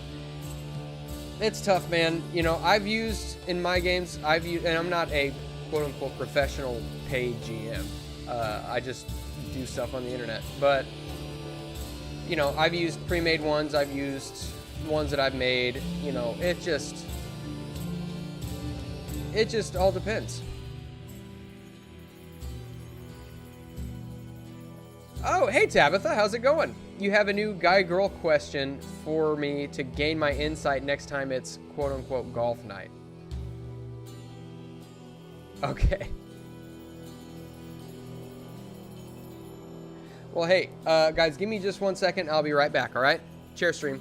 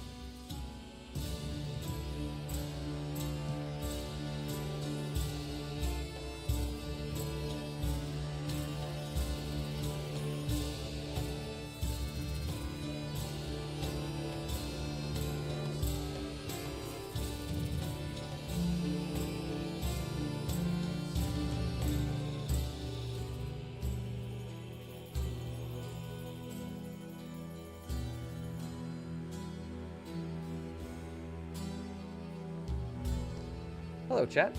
I'm back. All right. Let's see. Amanda Maria's stream made an interesting declaration that I'm like, I need Moss's take. Okay, I don't know how far back that was, but you do have me curious, Tabitha.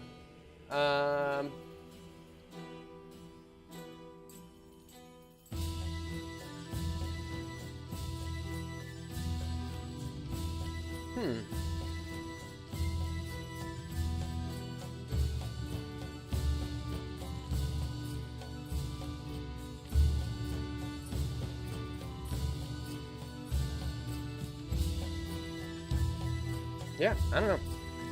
Let's see. Okay, where are we? Where are we? You've got me curious, Tabitha. Like, I want to know now. I want to know what could have happened in Maria's stream that prompted you to be like, I need to hear what Moss says about that.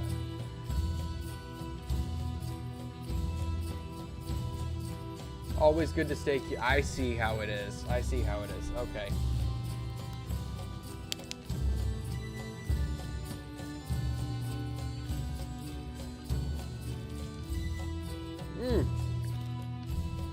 By the way, Tabitha, I saw your DM. I need to get back to you. But, yes, it's awesome. I love it. I love it. I love it. Let's see. Except before Adam and Eve, we do not have the point where people are created more generally. This is a very contentious point for people that you seem to be stuck with, that there was only Adam and Eve, but the text supports otherwise. If you scroll back, you'll see my RP bit of example of the theater of the mind. Okay, let's see. Oh, came upon a clearing and beheld several disheveled and awkward structures, some leaning against one another, others appearing to threaten collapsing underneath their own weight and poor foundation. The atmosphere of the village is eerie, sickening, and strangely calm. Why? That's good. That's exactly that's exactly the kind of mood setting that I'm talking about. And so that way it's like, you know, you can have a map like this and use that description and there would be no questions asked.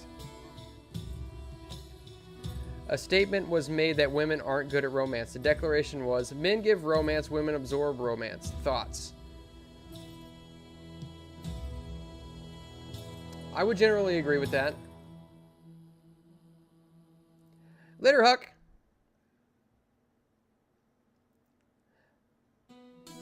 We'll catch you on the next one.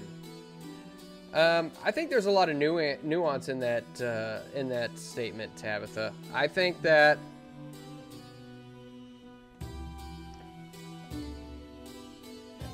we can discuss it next we meet. But my short answer for that, and I'll leave you with a short answer, is that I largely agree, but there is nuance. There is nuance.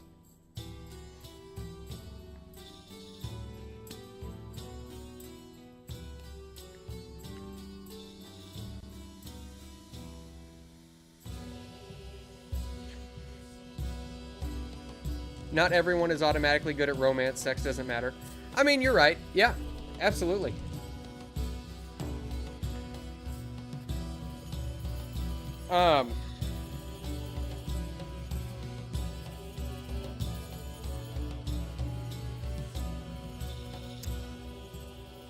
Again, I think...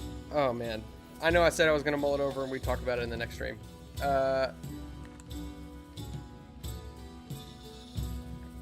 Women aren't terrible at romance.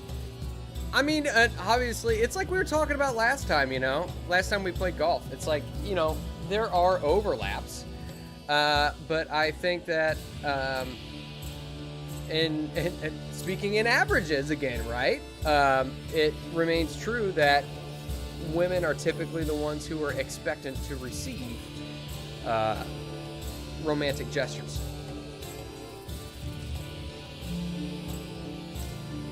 What would be a much more blunt version about men versus women is Archcast talking about milking farm. Namely, male romance is about being loved, while female romance is more horny.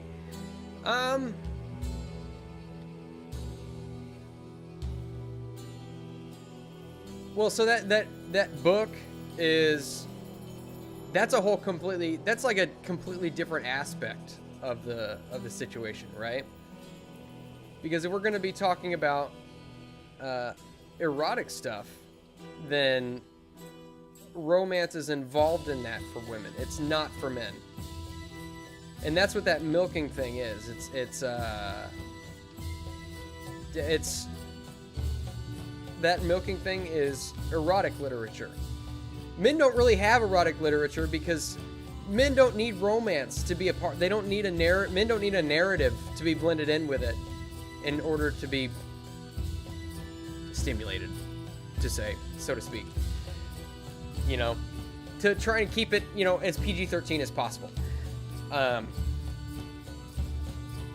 But yeah, that is, I don't really have an opinion. I think the fact that kind of thing exists is a travesty, but there are some pretty vile things that men get into too, so.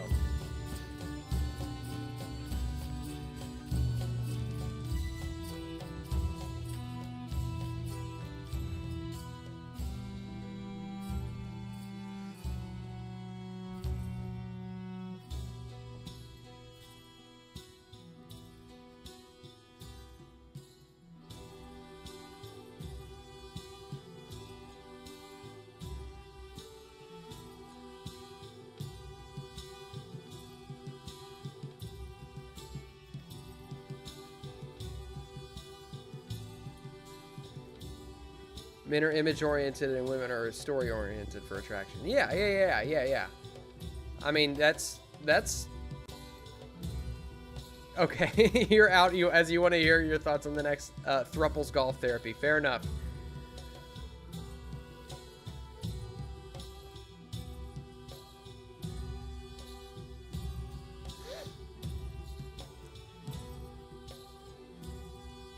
I try to be nuanced about that stuff, but we'll see. We'll see how it goes. Romancing a woman is the same as having a date with her? Yeah. Yeah, for sure.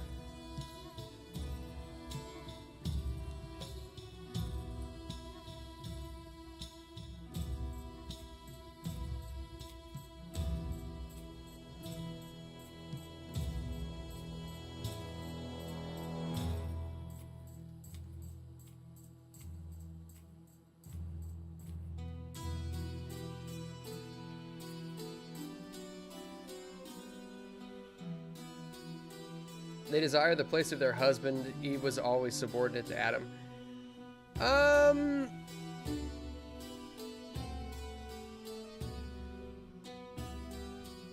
Well, I mean, I don't know if I mean, Are you saying that the nature of woman is to desire the place of the man? Because if you're talking in the context of a good, healthy marriage, I don't necessarily think that's always the case.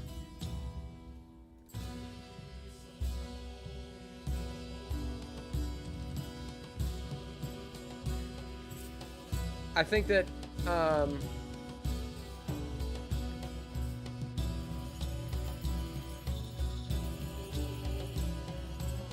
there is a general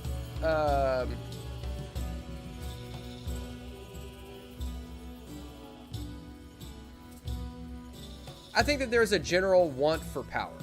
We'll put it this way: there is a general want for power and authority, but the burden of that, in large part, has been placed on men, right? For many reasons.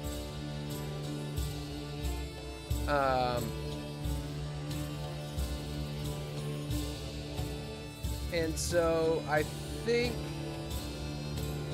again, speaking in averages here, there's a lot of people who want power and authority without the responsibilities that come with it. And I'm trying to multitask here, do two things at once. We kind of got into this on the last time we played golf, but I think there is a general sense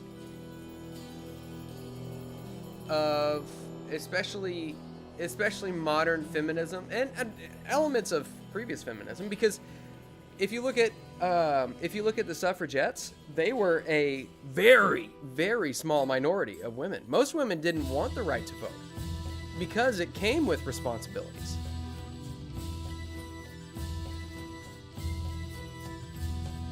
You know what I mean?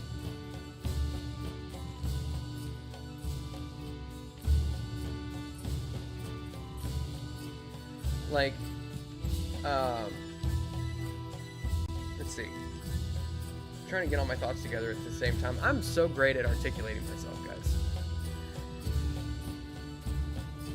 It honestly, it depends on what you think the place of the husband is. Is the place of the husband the provider and protector of the house, or is the place of the husband the arbiter of law in the house? Now, most houses, it'd be both, right? And that's why I say a lot of people like to have the power, the authority, without the responsibility that comes with it. So a man, as the head of a household, if a man is going to be at the head of the household, he should also be expected to be the one who is the provider and the protector of the household. And that's why, a lot of men don't really feel as though they are, they have as much purpose as they need, because a lot of women have come through and a lot of women are providers now. And if a man is not a provider, what does he have to offer to a woman? Right? Other than the means to childbirth. But she can get that from any dude off the street, right? And that's what a lot of women are doing nowadays. A lot of women are the breadwinners of their household. And what is going on? Are you flipping water on me? My dog is flipping water on me. What are you doing? Hey, baby. Headship is part of the created order. The fall creates a sinful desire to destroy. Yeah. Yeah, even in my lost state, I didn't want to be a husband. Everyone desires independence, but that's different from desiring the place of the husband. Yeah. Yeah, what was that? I don't even remember what I was talking about.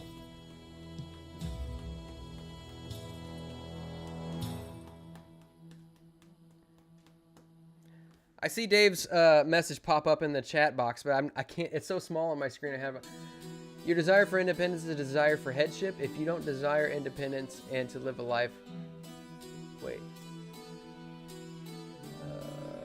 Because I need to scroll down. Holy smokes! My thing quit scrolling, and there's a lot of stuff that went on after I last read. Okay.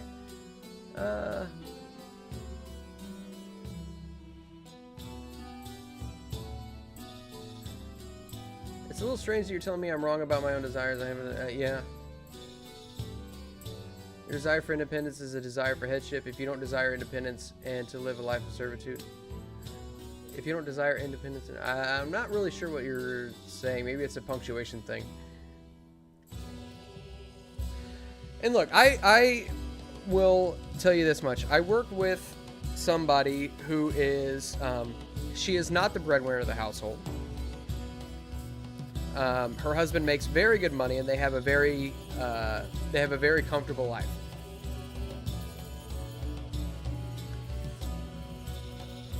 Kids go to private school. They got more room in their house than they could ever need, to the point where she says that she can't keep up with the house. Like it's too big. But there was an attitude in that relationship to where she wishes that a life has been built for them, that if something ever happens, she feels dependent on him. And, I have mixed feelings about that, but I can understand why women would want some semblance of independence. But and more than anything, I think that lends to the wisdom of the choice of husband.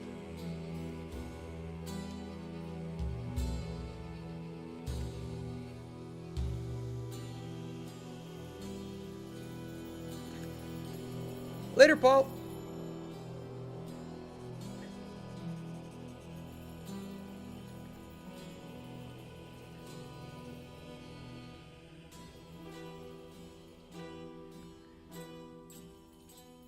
Like, if we're gonna get into that whole dynamic,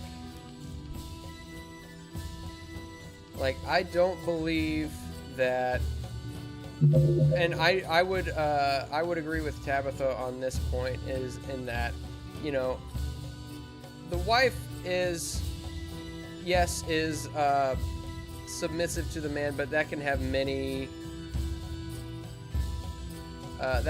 interpretations, right? So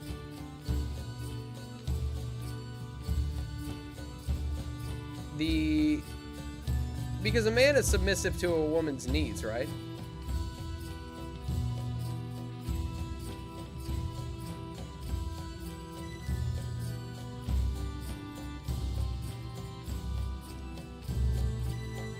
A man has to be willing to sacrifice to protect and provide for his wife, right?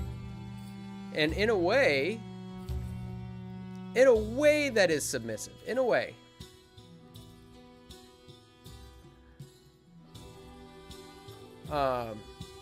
You could say that's submissive to his responsibility. You could say that's, I don't know, but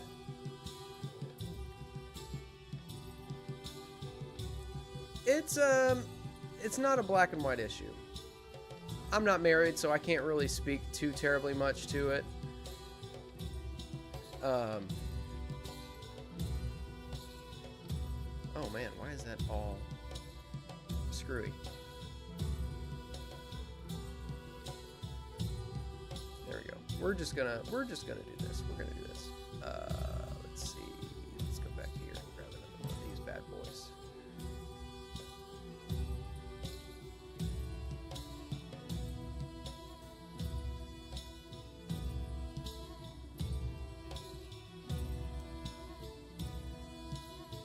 You know what? This place needs chimneys. What am I doing here, man? We need chimneys!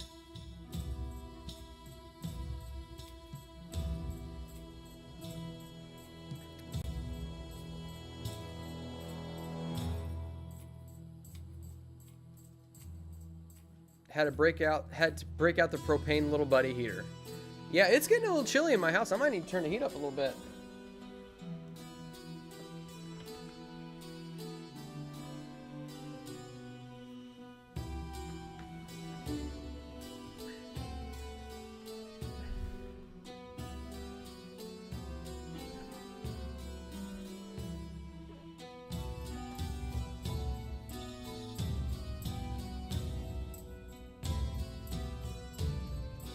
I know it's going to sound weird, but like, as it pertains to the discussion as it is, I think it's, you know, and maybe I'm probably getting into semantics here, but a man, in my opinion, is submissive. I mean, obviously everybody's submissive to God. But in a more earthly sense, as it pertains to relationships with other people, a man might be the leader of his house, but he is submissive to the responsibility which he has taken upon himself in service to his family. So it's not that there's not submission on the man's part. There is. It's just more complicated.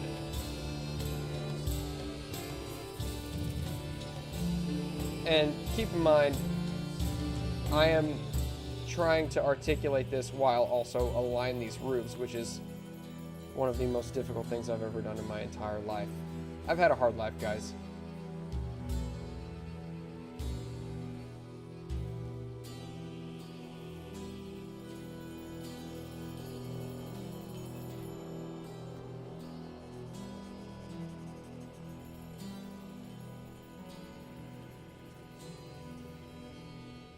The only thing about these roofs is that I feel like you're going to be able to see all the tiles, which sucks. You can see all these little, each individual little stamp.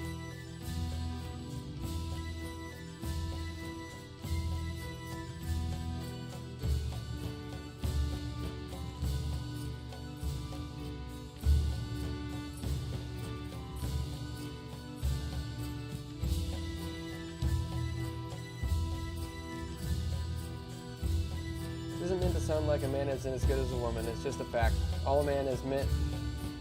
Oh, sorry. Chat's moving. It's just a fact. A man is meant to lead the household. He chooses to lead. A woman chooses to accept these terms and follow God's design. Exactly. I agree.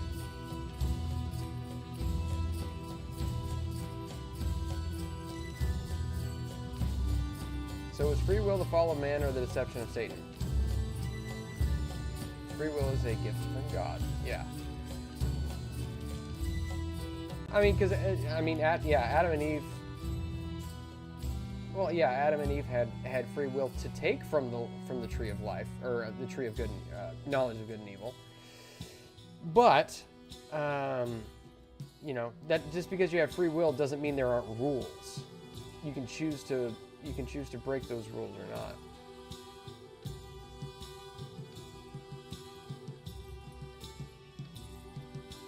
Fall of Adam and Eve, deception of Satan, inaction of God. I wouldn't say that's inaction of God at all. God created the Garden of Eden. God created the tree. He created the fruit. And he enacted rules. Rules which man being the mankind, chose not to follow.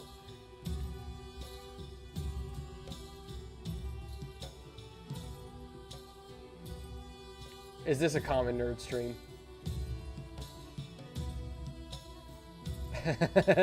Good. That's a good question, Savage. Yeah. Or JT. Yeah. I mean, it could be. No, I mean, I never claimed to be any sort of a... No, we were talking about Revelation earlier, Tabitha. You don't have to apologize.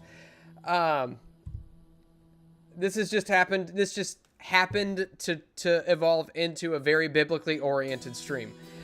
But I didn't, and it's weird because I am nowhere near as knowledgeable on the whole subject as I should be, but this just happens to be something that I'm interested in talking about, something that's kind of fun to talk about.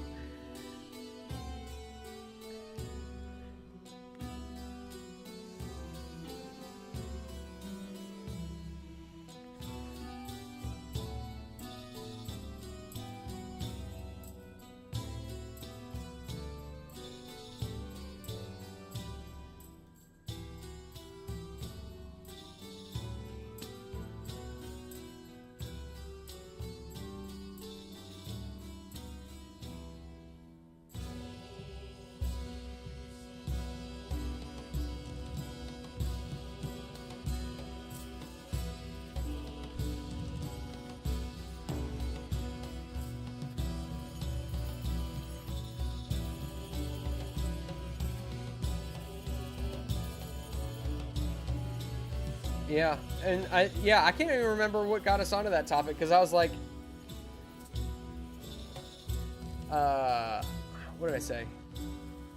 It's like 90% of the rapture has already happened. Yeah, and my question was, how much of that has been the case for hundreds of years,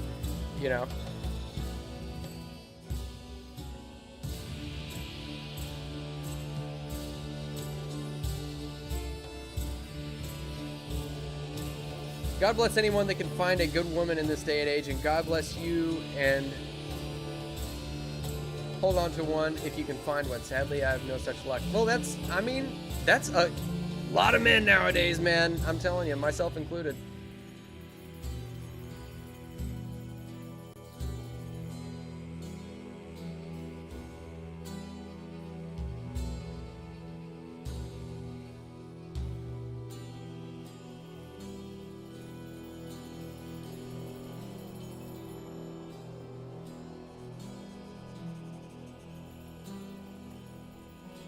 One bit I absolutely don't believe.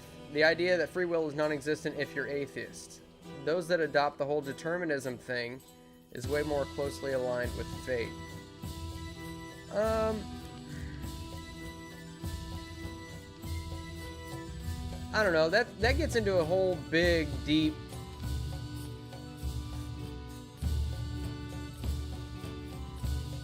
That gets into it.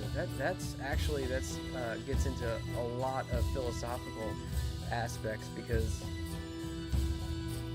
like, you can make the argument that God knowing the outcome of every situation isn't necessarily determinism. He can just see it. You know, he didn't necessarily set things in motion, right? Because if we do believe that we have free will, and because, well, okay, so let me address this. Let me address this part. The idea that free will is non-existent that if you're atheist. I don't know who thinks that, but the fact that somebody is atheist completely disproves that statement. If we did not have free will, then we would not be able to be atheist, agnostic, or otherwise. You know?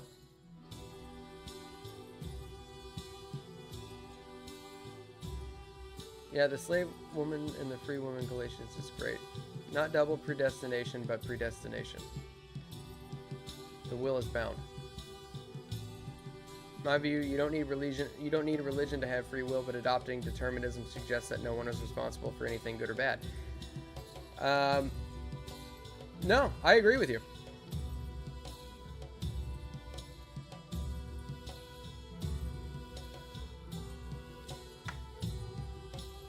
You can find good women. They're just quirky like Chrysanth or Sevi. Well, I mean, it's just a matter of finding somebody that's got a good head on her shoulders. You know what I mean? And somebody who, I mean, I don't even know if they really need to know what they want, but somebody that is realistic in expectations, you know what I mean?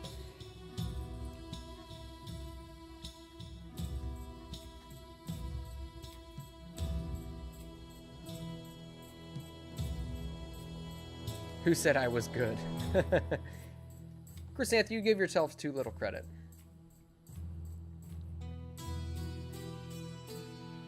Found this awesome meme yesterday and you're gonna send it to me? Okay. I'll keep Discord open.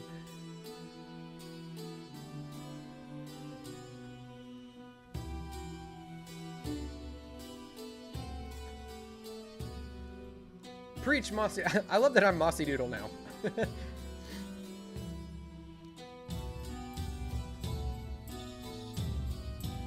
Ban the cat! Oh, man. Yeah, well, I don't know, man. Nobody is good apart from Christ. I would agree with that. The most we can do is attempt to emulate, and that's basically all the Bible asks you to do, is attempt to emulate Christ in the best way that you can.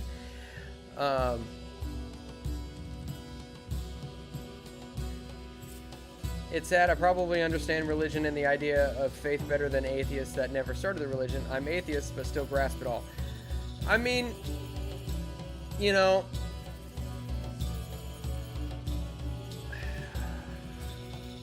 I don't know, man.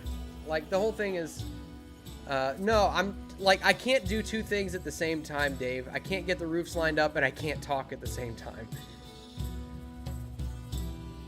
Oh, no, I believe you, Tabitha. I believe that you said it first. That's fine. I am not advocating for you to find a husband, Chrysanth, especially when you are expecting your next baby. What does that mean? Chrysanth, is there something you're not telling us? Are you getting a cat?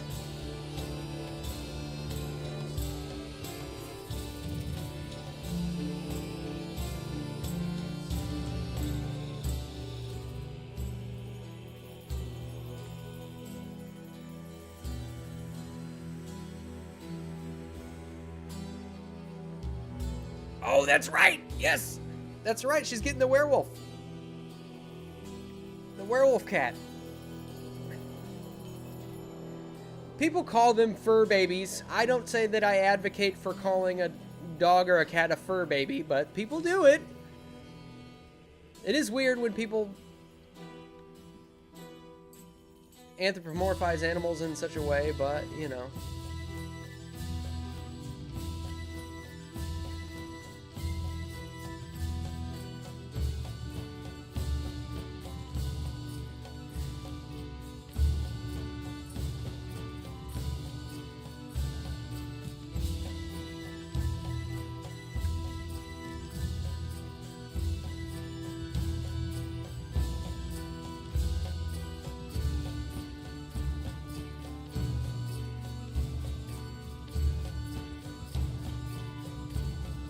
Pets can be family, but they ain't people. Indeed.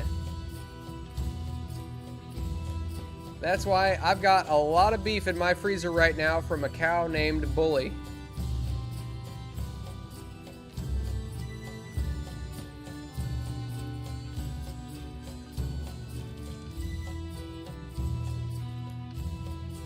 Does that have shadow on it? You know what?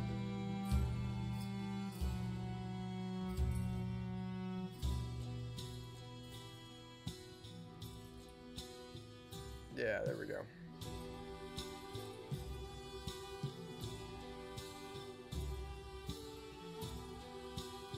I think the issue here that we're going to end up having is the whole the aspect of shadows.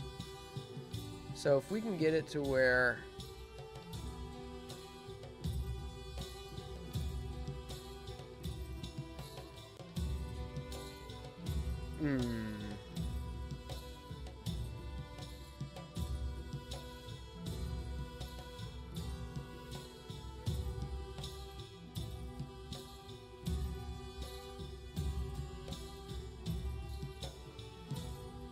I'm cheating you out of your points.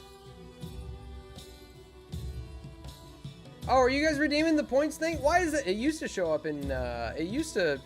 My chat. Yeah, I am gonna have to add shadows manually. That's basically what. That's why this is gonna end up. This map is gonna end up taking so doggone long. Dagnabbit! I always get into these maps that take so long for such benign reasons. You was expecting to be done and gone by now. Here, let me get that pulled up. They used to show up in my little chat, bubble here. Let's see.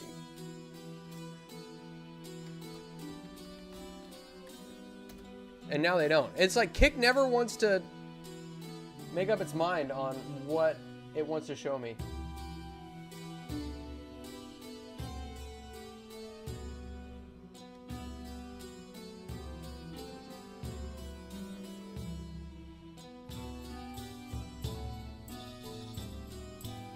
Oh! Oh my goodness, 4 minutes ago. Hydration station. Thank you, Tabitha.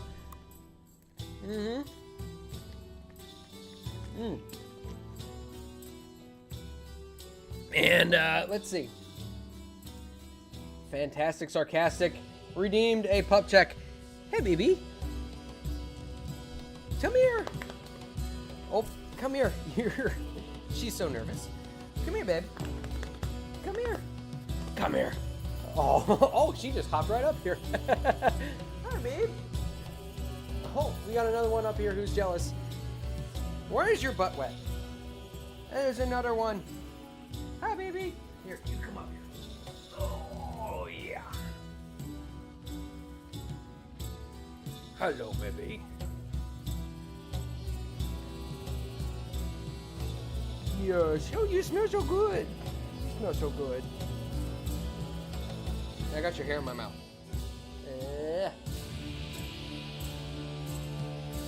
Yes. There's a good girl.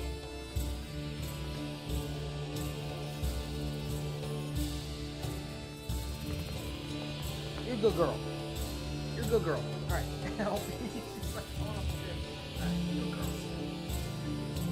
I need to have a bag of treats for them just sitting on my desk here. And Smeagol quote. Okay, so let me see if I can find a good one. The black gate is closed. Let's see.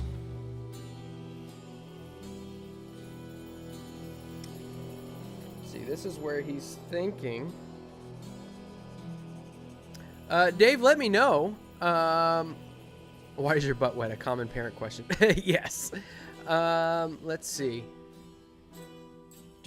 No points on the Twitch side. Yeah, I mean Twitch is difficult to get viewers on, man. That's why I say, like, Kick is one that actually has treated us very well over here. Let's see.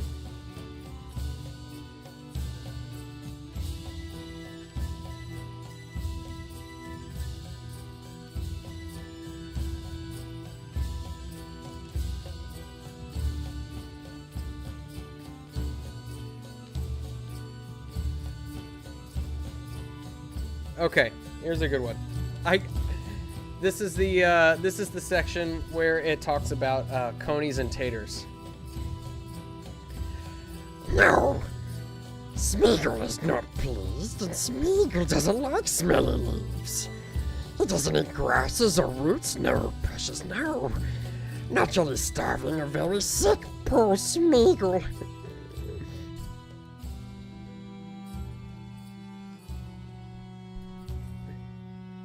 Smeagol will get into a real true hot water. When this water boils, if he don't do as he's asked, growled Sam. Sam will put his head. Let's see. Who's saying that part? Sam will put his head in it. Yes, precious. And I'd make him look for turnips and carrots and taters too, if it's that time of year. I'll bet there's all sorts of good things running in this wild country. I'd give a lot for a half a dozen taters. Smeagol won't go. Oh no, precious, not this time. Not this time.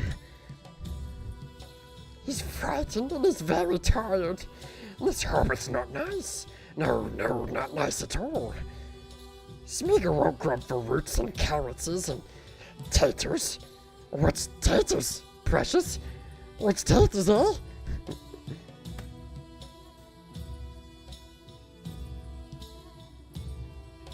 Thank you for following on the Twitch side, Darth Dave.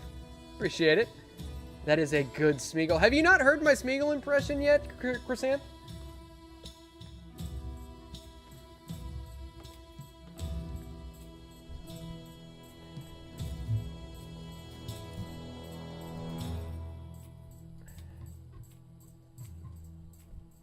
Let's see.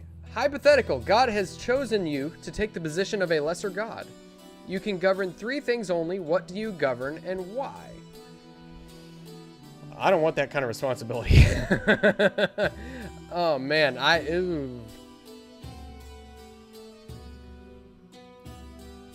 yeah, I don't know if I can make that choice, honestly. That's too much. Because I am of the mindset where people should just be left alone to do as they will.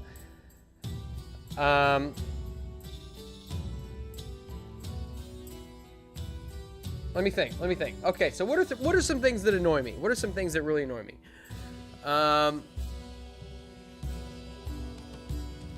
One thing that really annoys me is when people don't put their shopping carts away. I know that seems trivial, but a good test of whether or not a people is fit to govern themselves can be indicated by what they do with their shopping carts after they are done with them.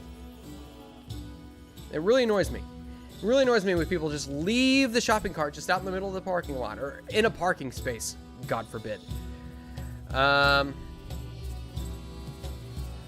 So if I was to be a patron lesser god of a domain,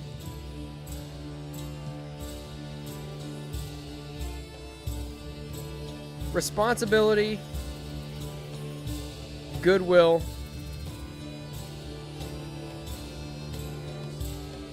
trolleys. That's the British term, I suppose. You can call them trolleys if you want.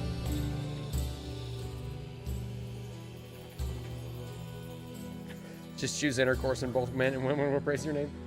That's a good point. Am I benevolent? Let's see. I don't know. I can't really say that I'd be a good god of responsibility either, because I'm not super responsible. I need to clean my house. And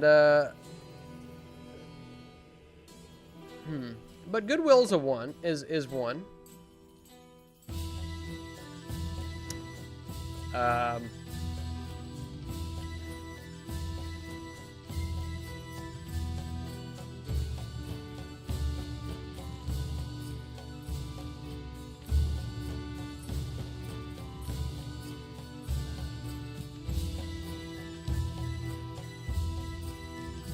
I don't know. Inspiration because you dabble in art. You haven't seen me draw, man. I cannot draw. I think, I don't know. That's such a tough question, man. It really is.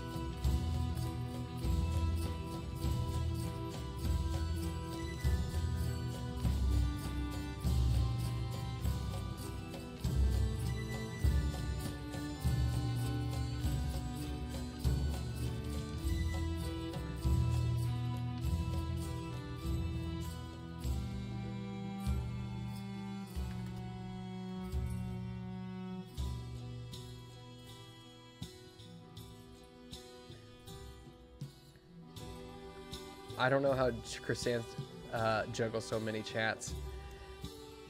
I have no idea. Chrysanth is a specimen. Maybe son of Neptune. But I can't swim, Dave. Mapping is art. Yeah. I never said I was good at that though. There are some maps that when I'm done with them, I'm like, ugh. And other maps that I'm just like, okay, that turned out good. That turned out really good. No, Dave, I cannot swim. I can, well, am I afraid of water? No. I wouldn't say that I'm afraid of water necessarily. It's just one of those things that, you know, like I took swimming lessons and I got to the point where, I never got to the point where I was proficient. I will say that much. But here's the thing, like my mom can't swim.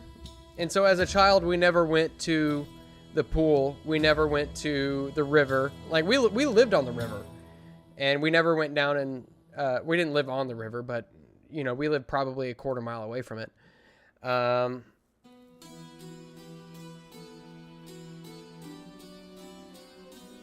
Yeah. Wait, you can't swim? What the hell? Yeah, no, are you guys just now learning this? I feel like I've gone over this before. Yeah, no, I we never really did things that required swimming, and so I just never got proficient at it. Like doggy paddling, sure. Xander fell, I can't swim, I'm 40. See, I'm not alone. To be fair, the shallow end is a deep end for Moss. That is true. That is true. I could probably, I could get a nice breaststroke going in the shallow end for sure. If I could do a breaststroke. In my opinion, art is a constant journey. You don't master it, you simply get better at it. Yeah, exactly. And this is, so this stream here, the Saturday morning map making streams are typically kind of just, they're an exercise for me to get better. Because some people they create amazing things on here. Like, okay, so I'm gonna back out of this for just a moment. And honestly, I'm getting very hungry, so we're probably approaching the end of the map making stream here. But some of the stuff that people are able to create on here are incredible. That one's pretty good. Let's see.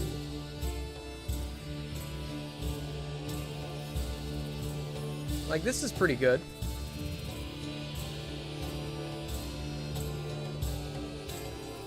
But in my opinion, like, my primary art form, this is tangential.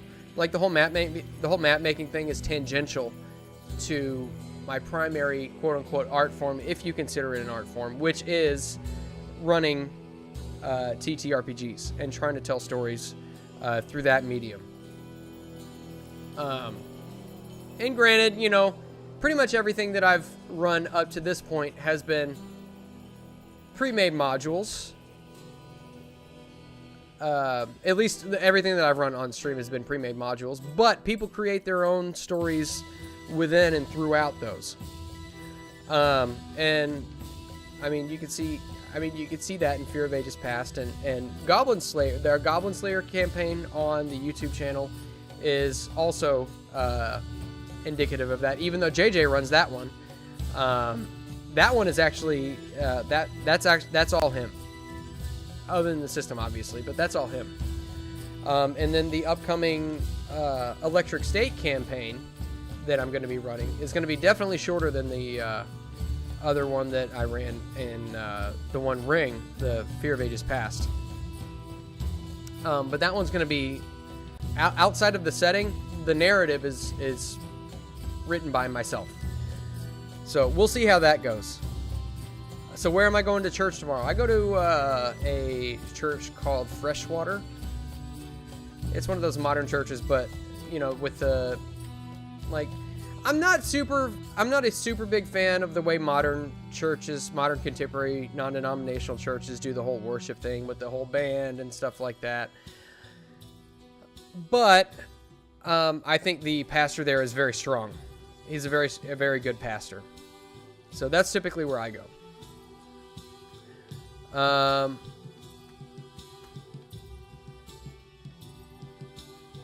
What'd you send me?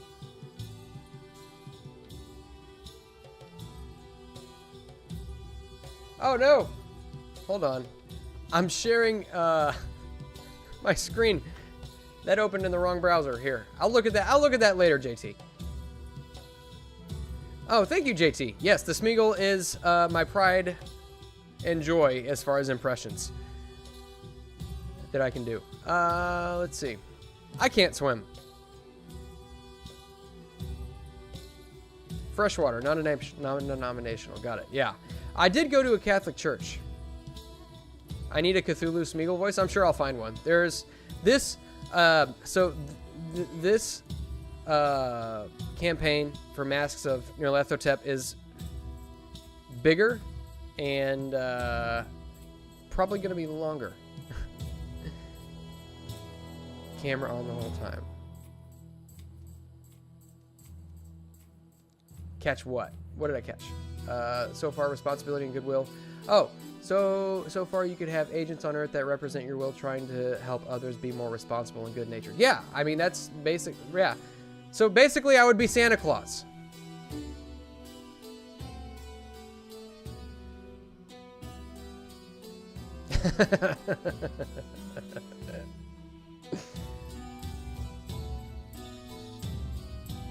Santa Moss. Yes, yes. But like, look at this one. Look at this. This is what I'm talking about. This is the kind of thing that I like to emulate because this has got such great lighting and shadows. And that's something that I have tried to capture, but this is the kind of thing that takes a long time.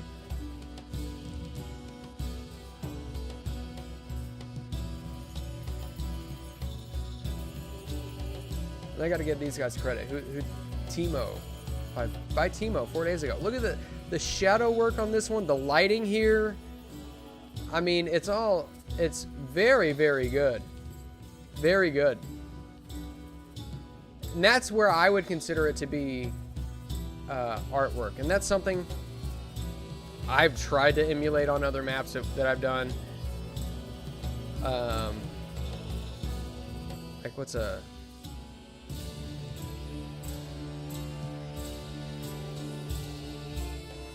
I need to go back in here and do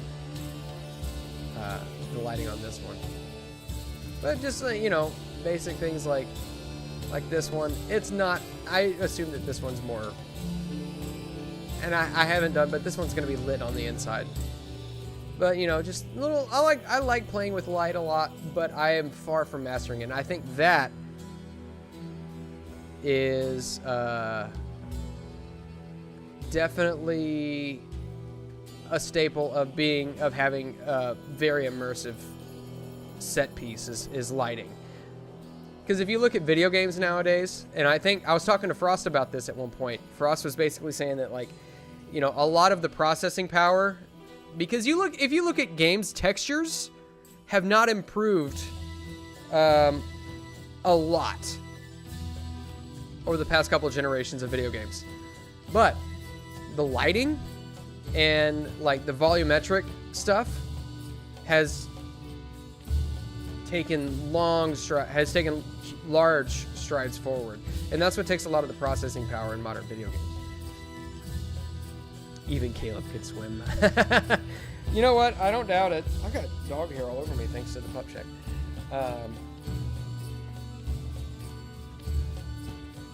What's Monday? There's nothing going on this Monday, but next Monday will be the character creation stream for Call of Cthulhu over on Moonskull.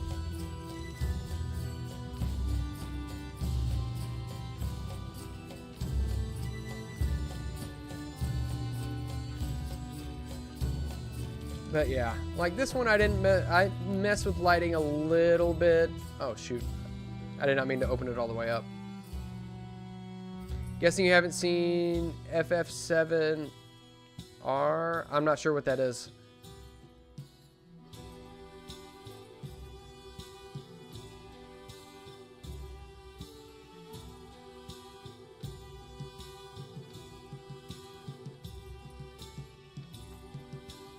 I want to say Final Fantasy VII. Oh, Final Fantasy VII Remastered. Is that what you're talking about? Yeah, no, I haven't played that. What? Moss, what? You're addressing me, what? What do you mean together? What is Dave talking about?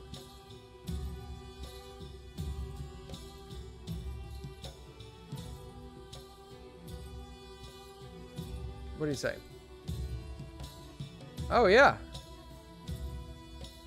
Another run of Call of Cthulhu. Did Nomi derail the earlier show? Nomi didn't derail the earlier show. Oh, JT, did nobody tell you? Did nobody tell you? Dave is joining the cast. Dave is now going to be an investigator.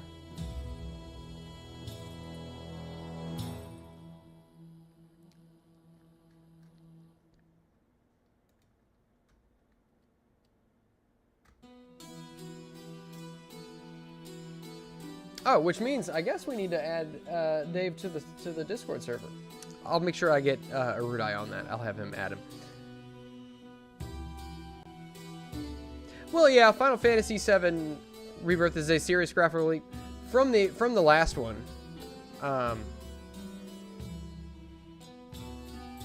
like, say if you look at the graphical leap between video games used to be a lot bigger. So from like PS2 to PS3 was massive. PS4 to PS5 is not quite so much. So like if you look at, say, God of War 2017 and God of War Ragnarok, those two are pretty close as far as texture quality. Like 2017, the graphical quality of that holds up big time. Like that's a beautiful, beautiful game.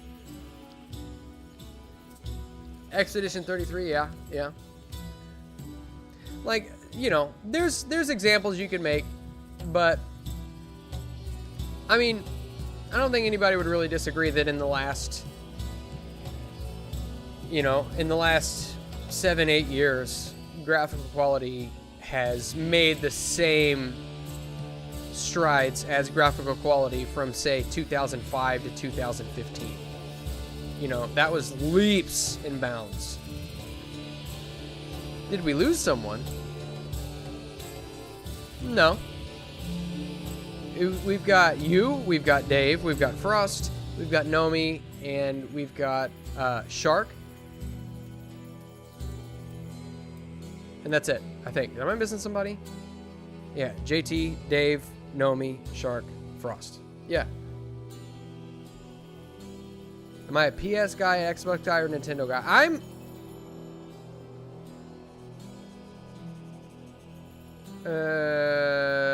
That's a good question. I don't really know if I have a preference, honestly.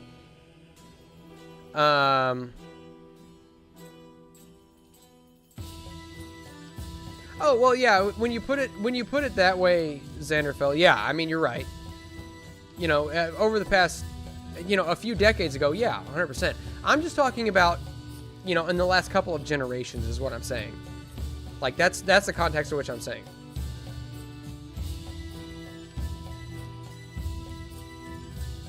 Oh, he did. Yeah, he did take Chris's praise. Well, I mean, it doesn't really matter. The fact of the matter is that, yeah, we've got Shark and Dave are now part of the show.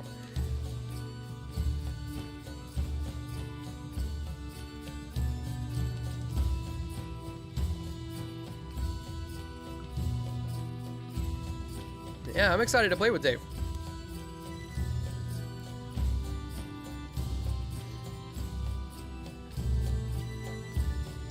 So as far as your question, Freddie, I don't really have a preference between PlayStation, Xbox, and Nintendo. I will say, the last couple of Nintendo systems, like I've never bought a Switch because I think they're ridiculously overpriced, honestly.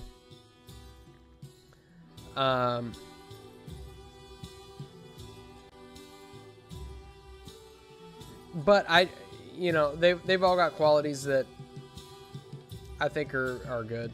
You know, like Nintendo's got, I think, some of the most fun-oriented games. And between Xbox and PlayStation, honestly, to me, there's no difference.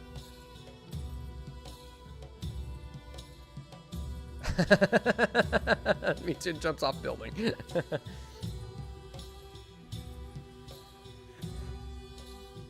Well, you know, Xanderfell, personally, you just want your old games revived, renewed, such as Parasite Eve. Yeah, and you know what's crazy is that speaks to the fact that that's what you want, speaks to the quality of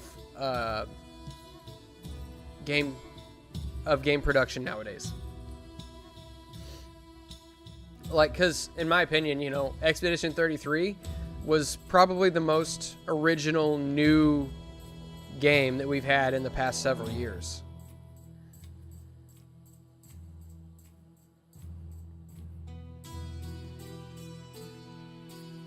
Yeah, you guys are gonna really put my skills to the test on this one.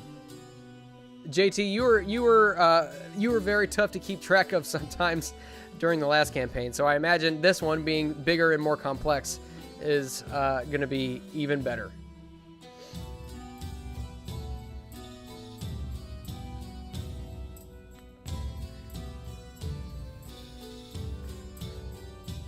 All right, well, we didn't get a whole lot done, but we got several roofs taken care of, I think, and we're going to have to go in and take care of some shadows and stuff like that, but skill stress testing on the for the battle maps, yeah. If that's what you're referring to, yeah, 100% skill stress testing. Like, I just want to get better at this. That's basically what this is I just want to get better at it. I want to learn new methods of construction for these maps, and I want to make them as good as I can. Which, you know, kind of, it's a give or take for Patreon subs. Which those of you who are supporting on Patreon, it is only $2 a month, but that does make a difference. So I do appreciate that. I regret that it does take me so long to put maps together, but I do appreciate it, and I put maps up there as I can. So I do the best I can.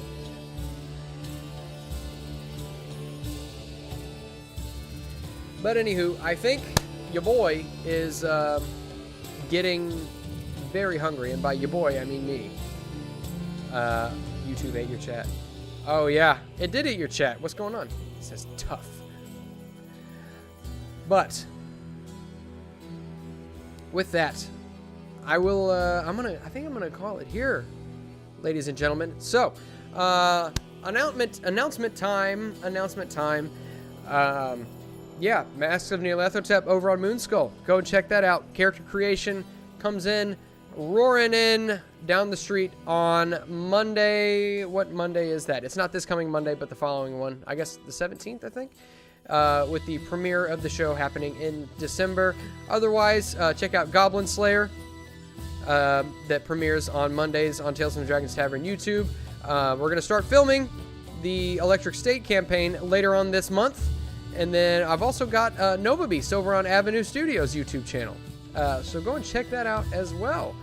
And with that, I suppose I will bid you all adieu. Auf Wiedersehen, Gesundheit, and God bless.